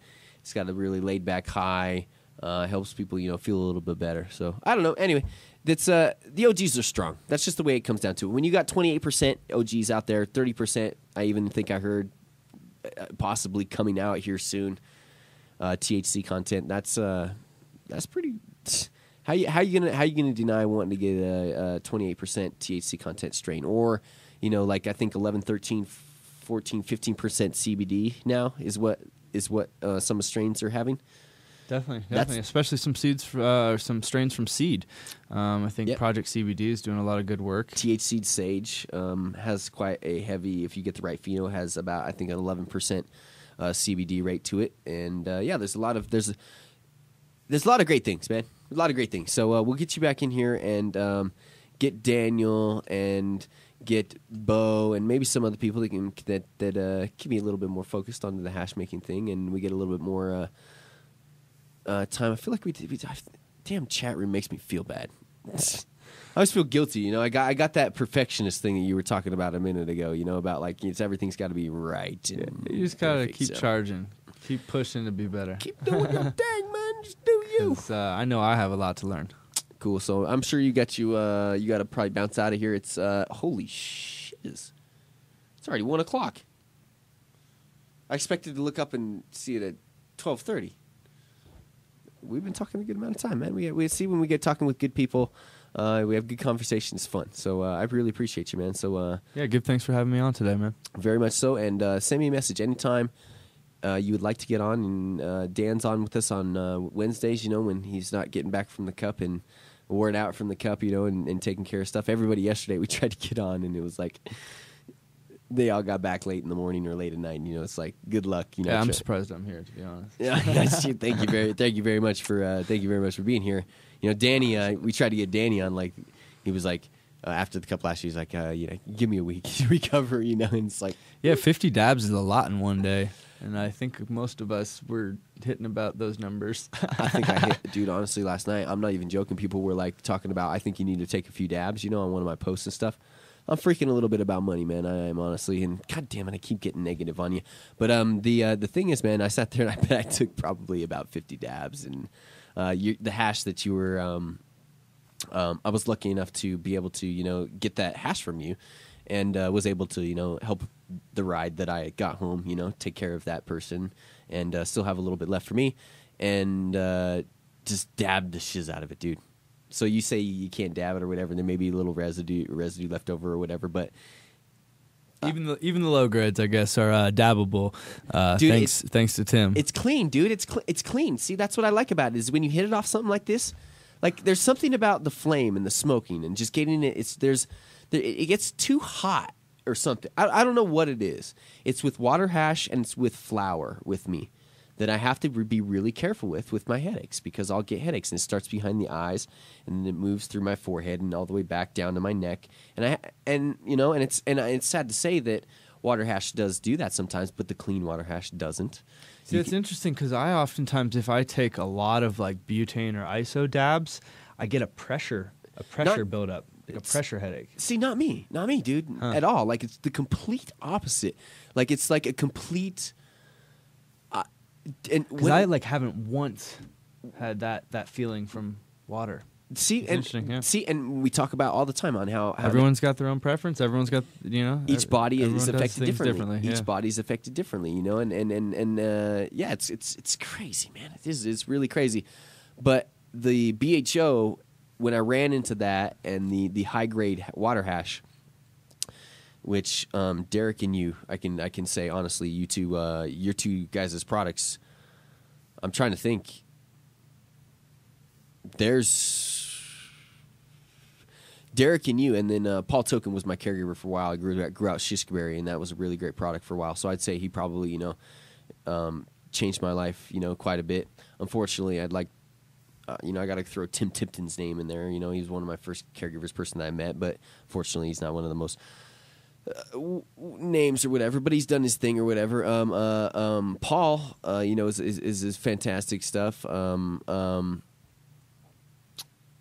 Your stuff though, and like when I first got to start smoking it and got to know it, and then started smoking, Derek's oil that he was making before even really anybody else was making even oil at the time, and refining it to that point of an oil, I started smoking that after a while, and it became really noticeable that my pain tolerance was going down, that my headaches were starting to go away a little bit more, and it was evident, between smoking the flower and the ISO and the water. You just get to know your body, man. You get to know your body. Analgesics, hate them, fark me up. I can't take. They gave me Vicodin for a long time for my migraines and stuff, and it's like I take a Vicodin and it makes the headache worse unless you're sitting there chugging water, and I mean, why would I do that when I can, use medical cannabis? When I left, I had a kidney stone taken out, and Sweetest Medical Center, I told them about my medical cannabis when we left. It was like, they listed medical cannabis as the one of the medications to leave with. So I mean, we're moving. We're getting places, and there's good people like yourself that are creating good products. And honestly, dude, I can honestly say that your and Derek's product has, and other people's products that are high quality concentrates have changed my life.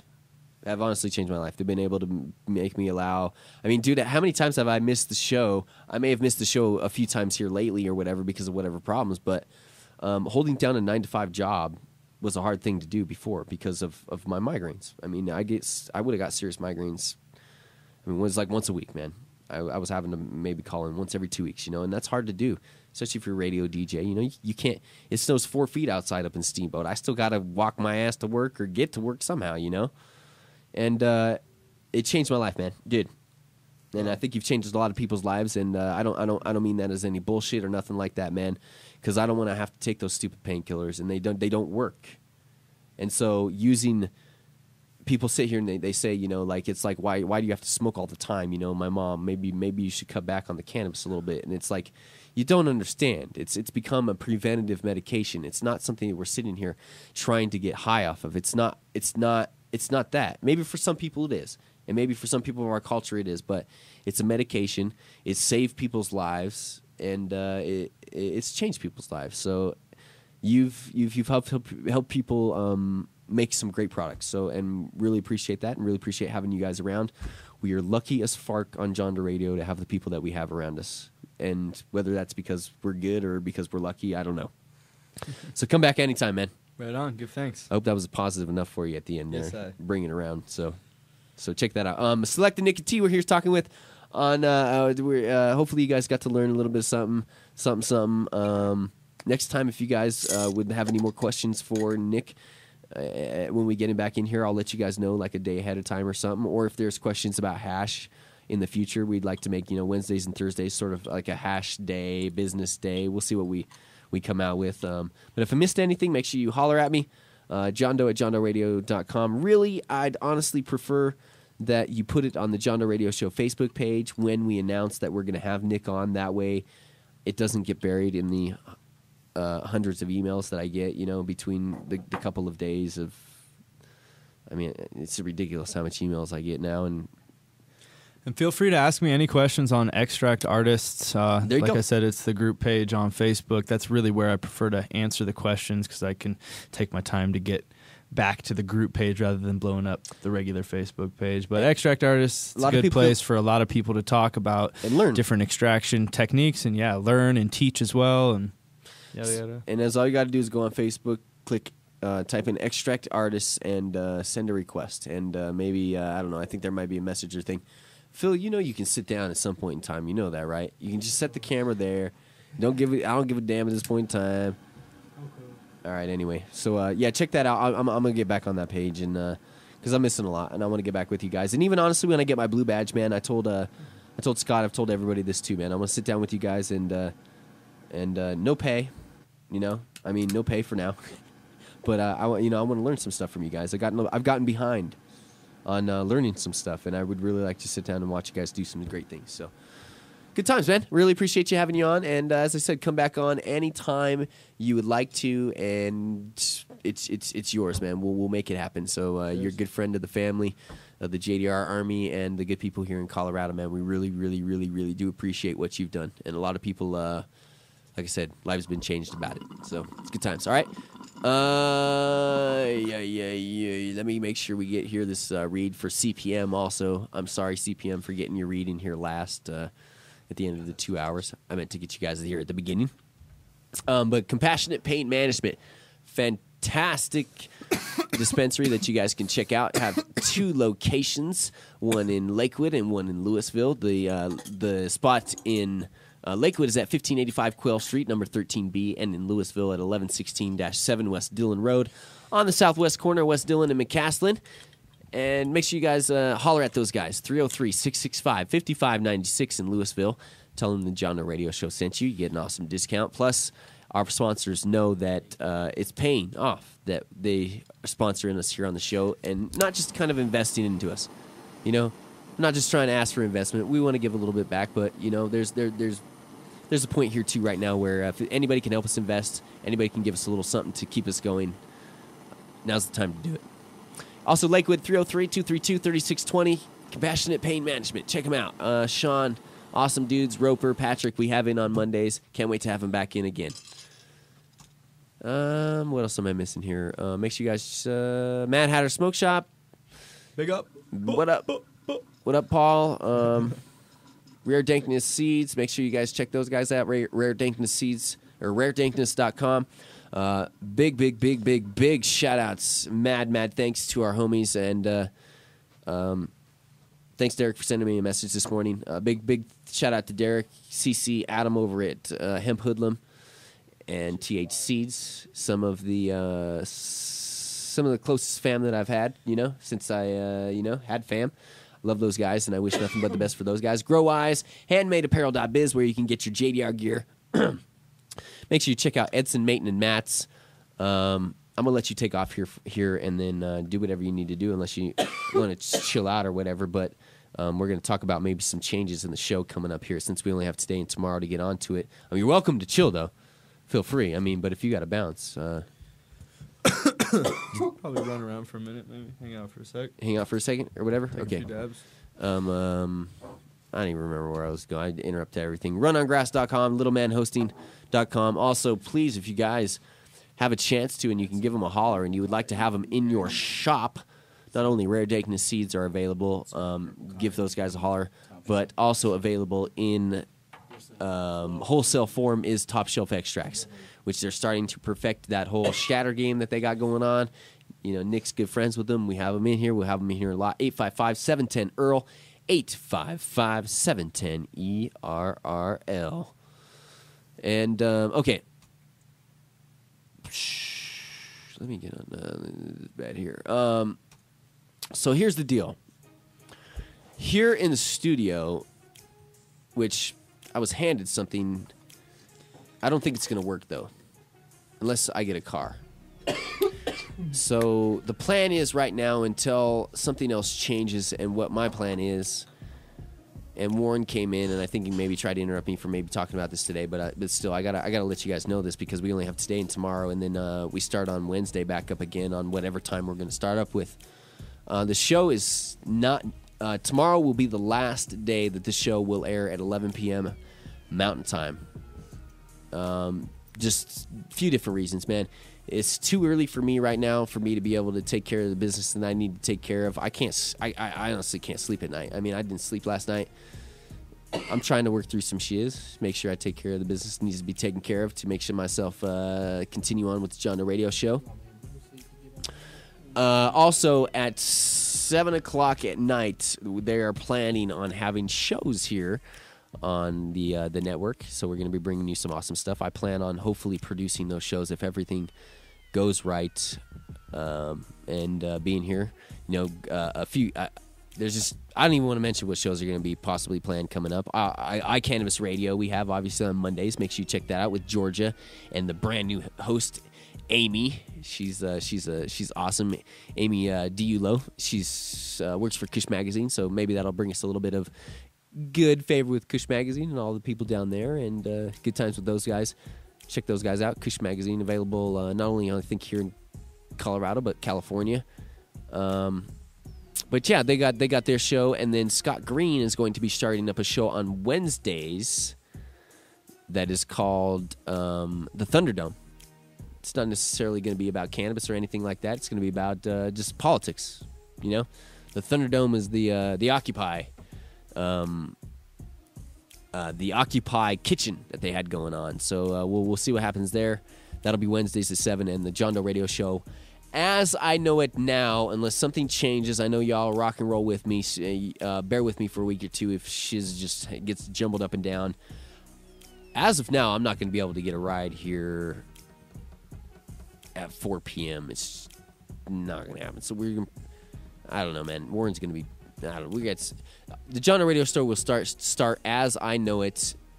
Phil and I have talked about it. I think we'll be able to make it work. If shiz happens where it goes crazy, haywire, and we don't have the John Doe Radio Show every day, we'll make up for it somehow, and we'll figure it out with our sponsors and take care of the things that we need to take care of. But honestly, right now, we need an investor, and honestly, I need a car. And to be real talk with y'all, I may have to go get another job. It's just period, end of story. How it is. It's just getting a little bit too hard right now. Situation has kind of led up to itself. Burned the rope has burned itself down, man. And then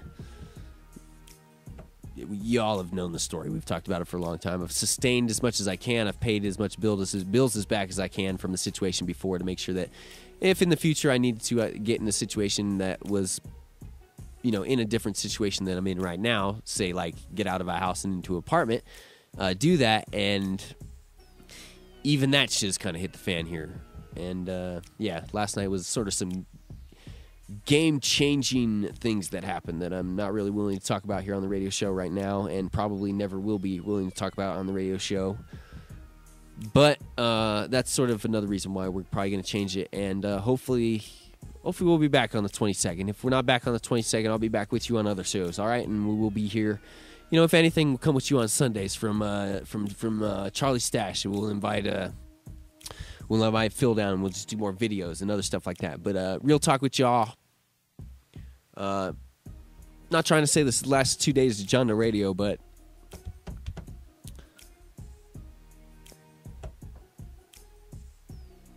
shit, man. I didn't even want to get as emotional as I did, but we're just being real talk with you. And damn it, why'd you have to be here, Nick? Been trying to be negative and trying to be as positive as possible, and you're a positive dude, but whew. It's just rough, man. Rough, you know, Phil. Phil's known what's going on lately, and I may not even be in the state of Colorado here coming up in a few weeks, so we'll see what happens. If there's an internet connection, I can bring you guys a mic. I'll be there. So, been an emotional past couple of days. I respect and love every single one of you out there. And until we meet again tomorrow, we will be here with you tomorrow with Steve Elliott. And hopefully maybe we can get William Breeze in. I'm not sure what he's doing. See if he's busy, you know, doing his thing. And get him in here. So have yourself a fantastic day, and we'll see you tomorrow. The John Doe Radio Show is produced by Charlie Stash Entertainment. The John Doe Radio Show programming is not limited by information. Culture subjects, and is an informational and entertainment purposes only. We specifically include responsible marijuana reform. Listening to anyone but your mother is just plain stupid. We accept no responsibility for your actions or misrepresentations, and we do not fully endorse the use of illegal drugs. You are ultimately responsible for yourself. John Doe Radio. Radio.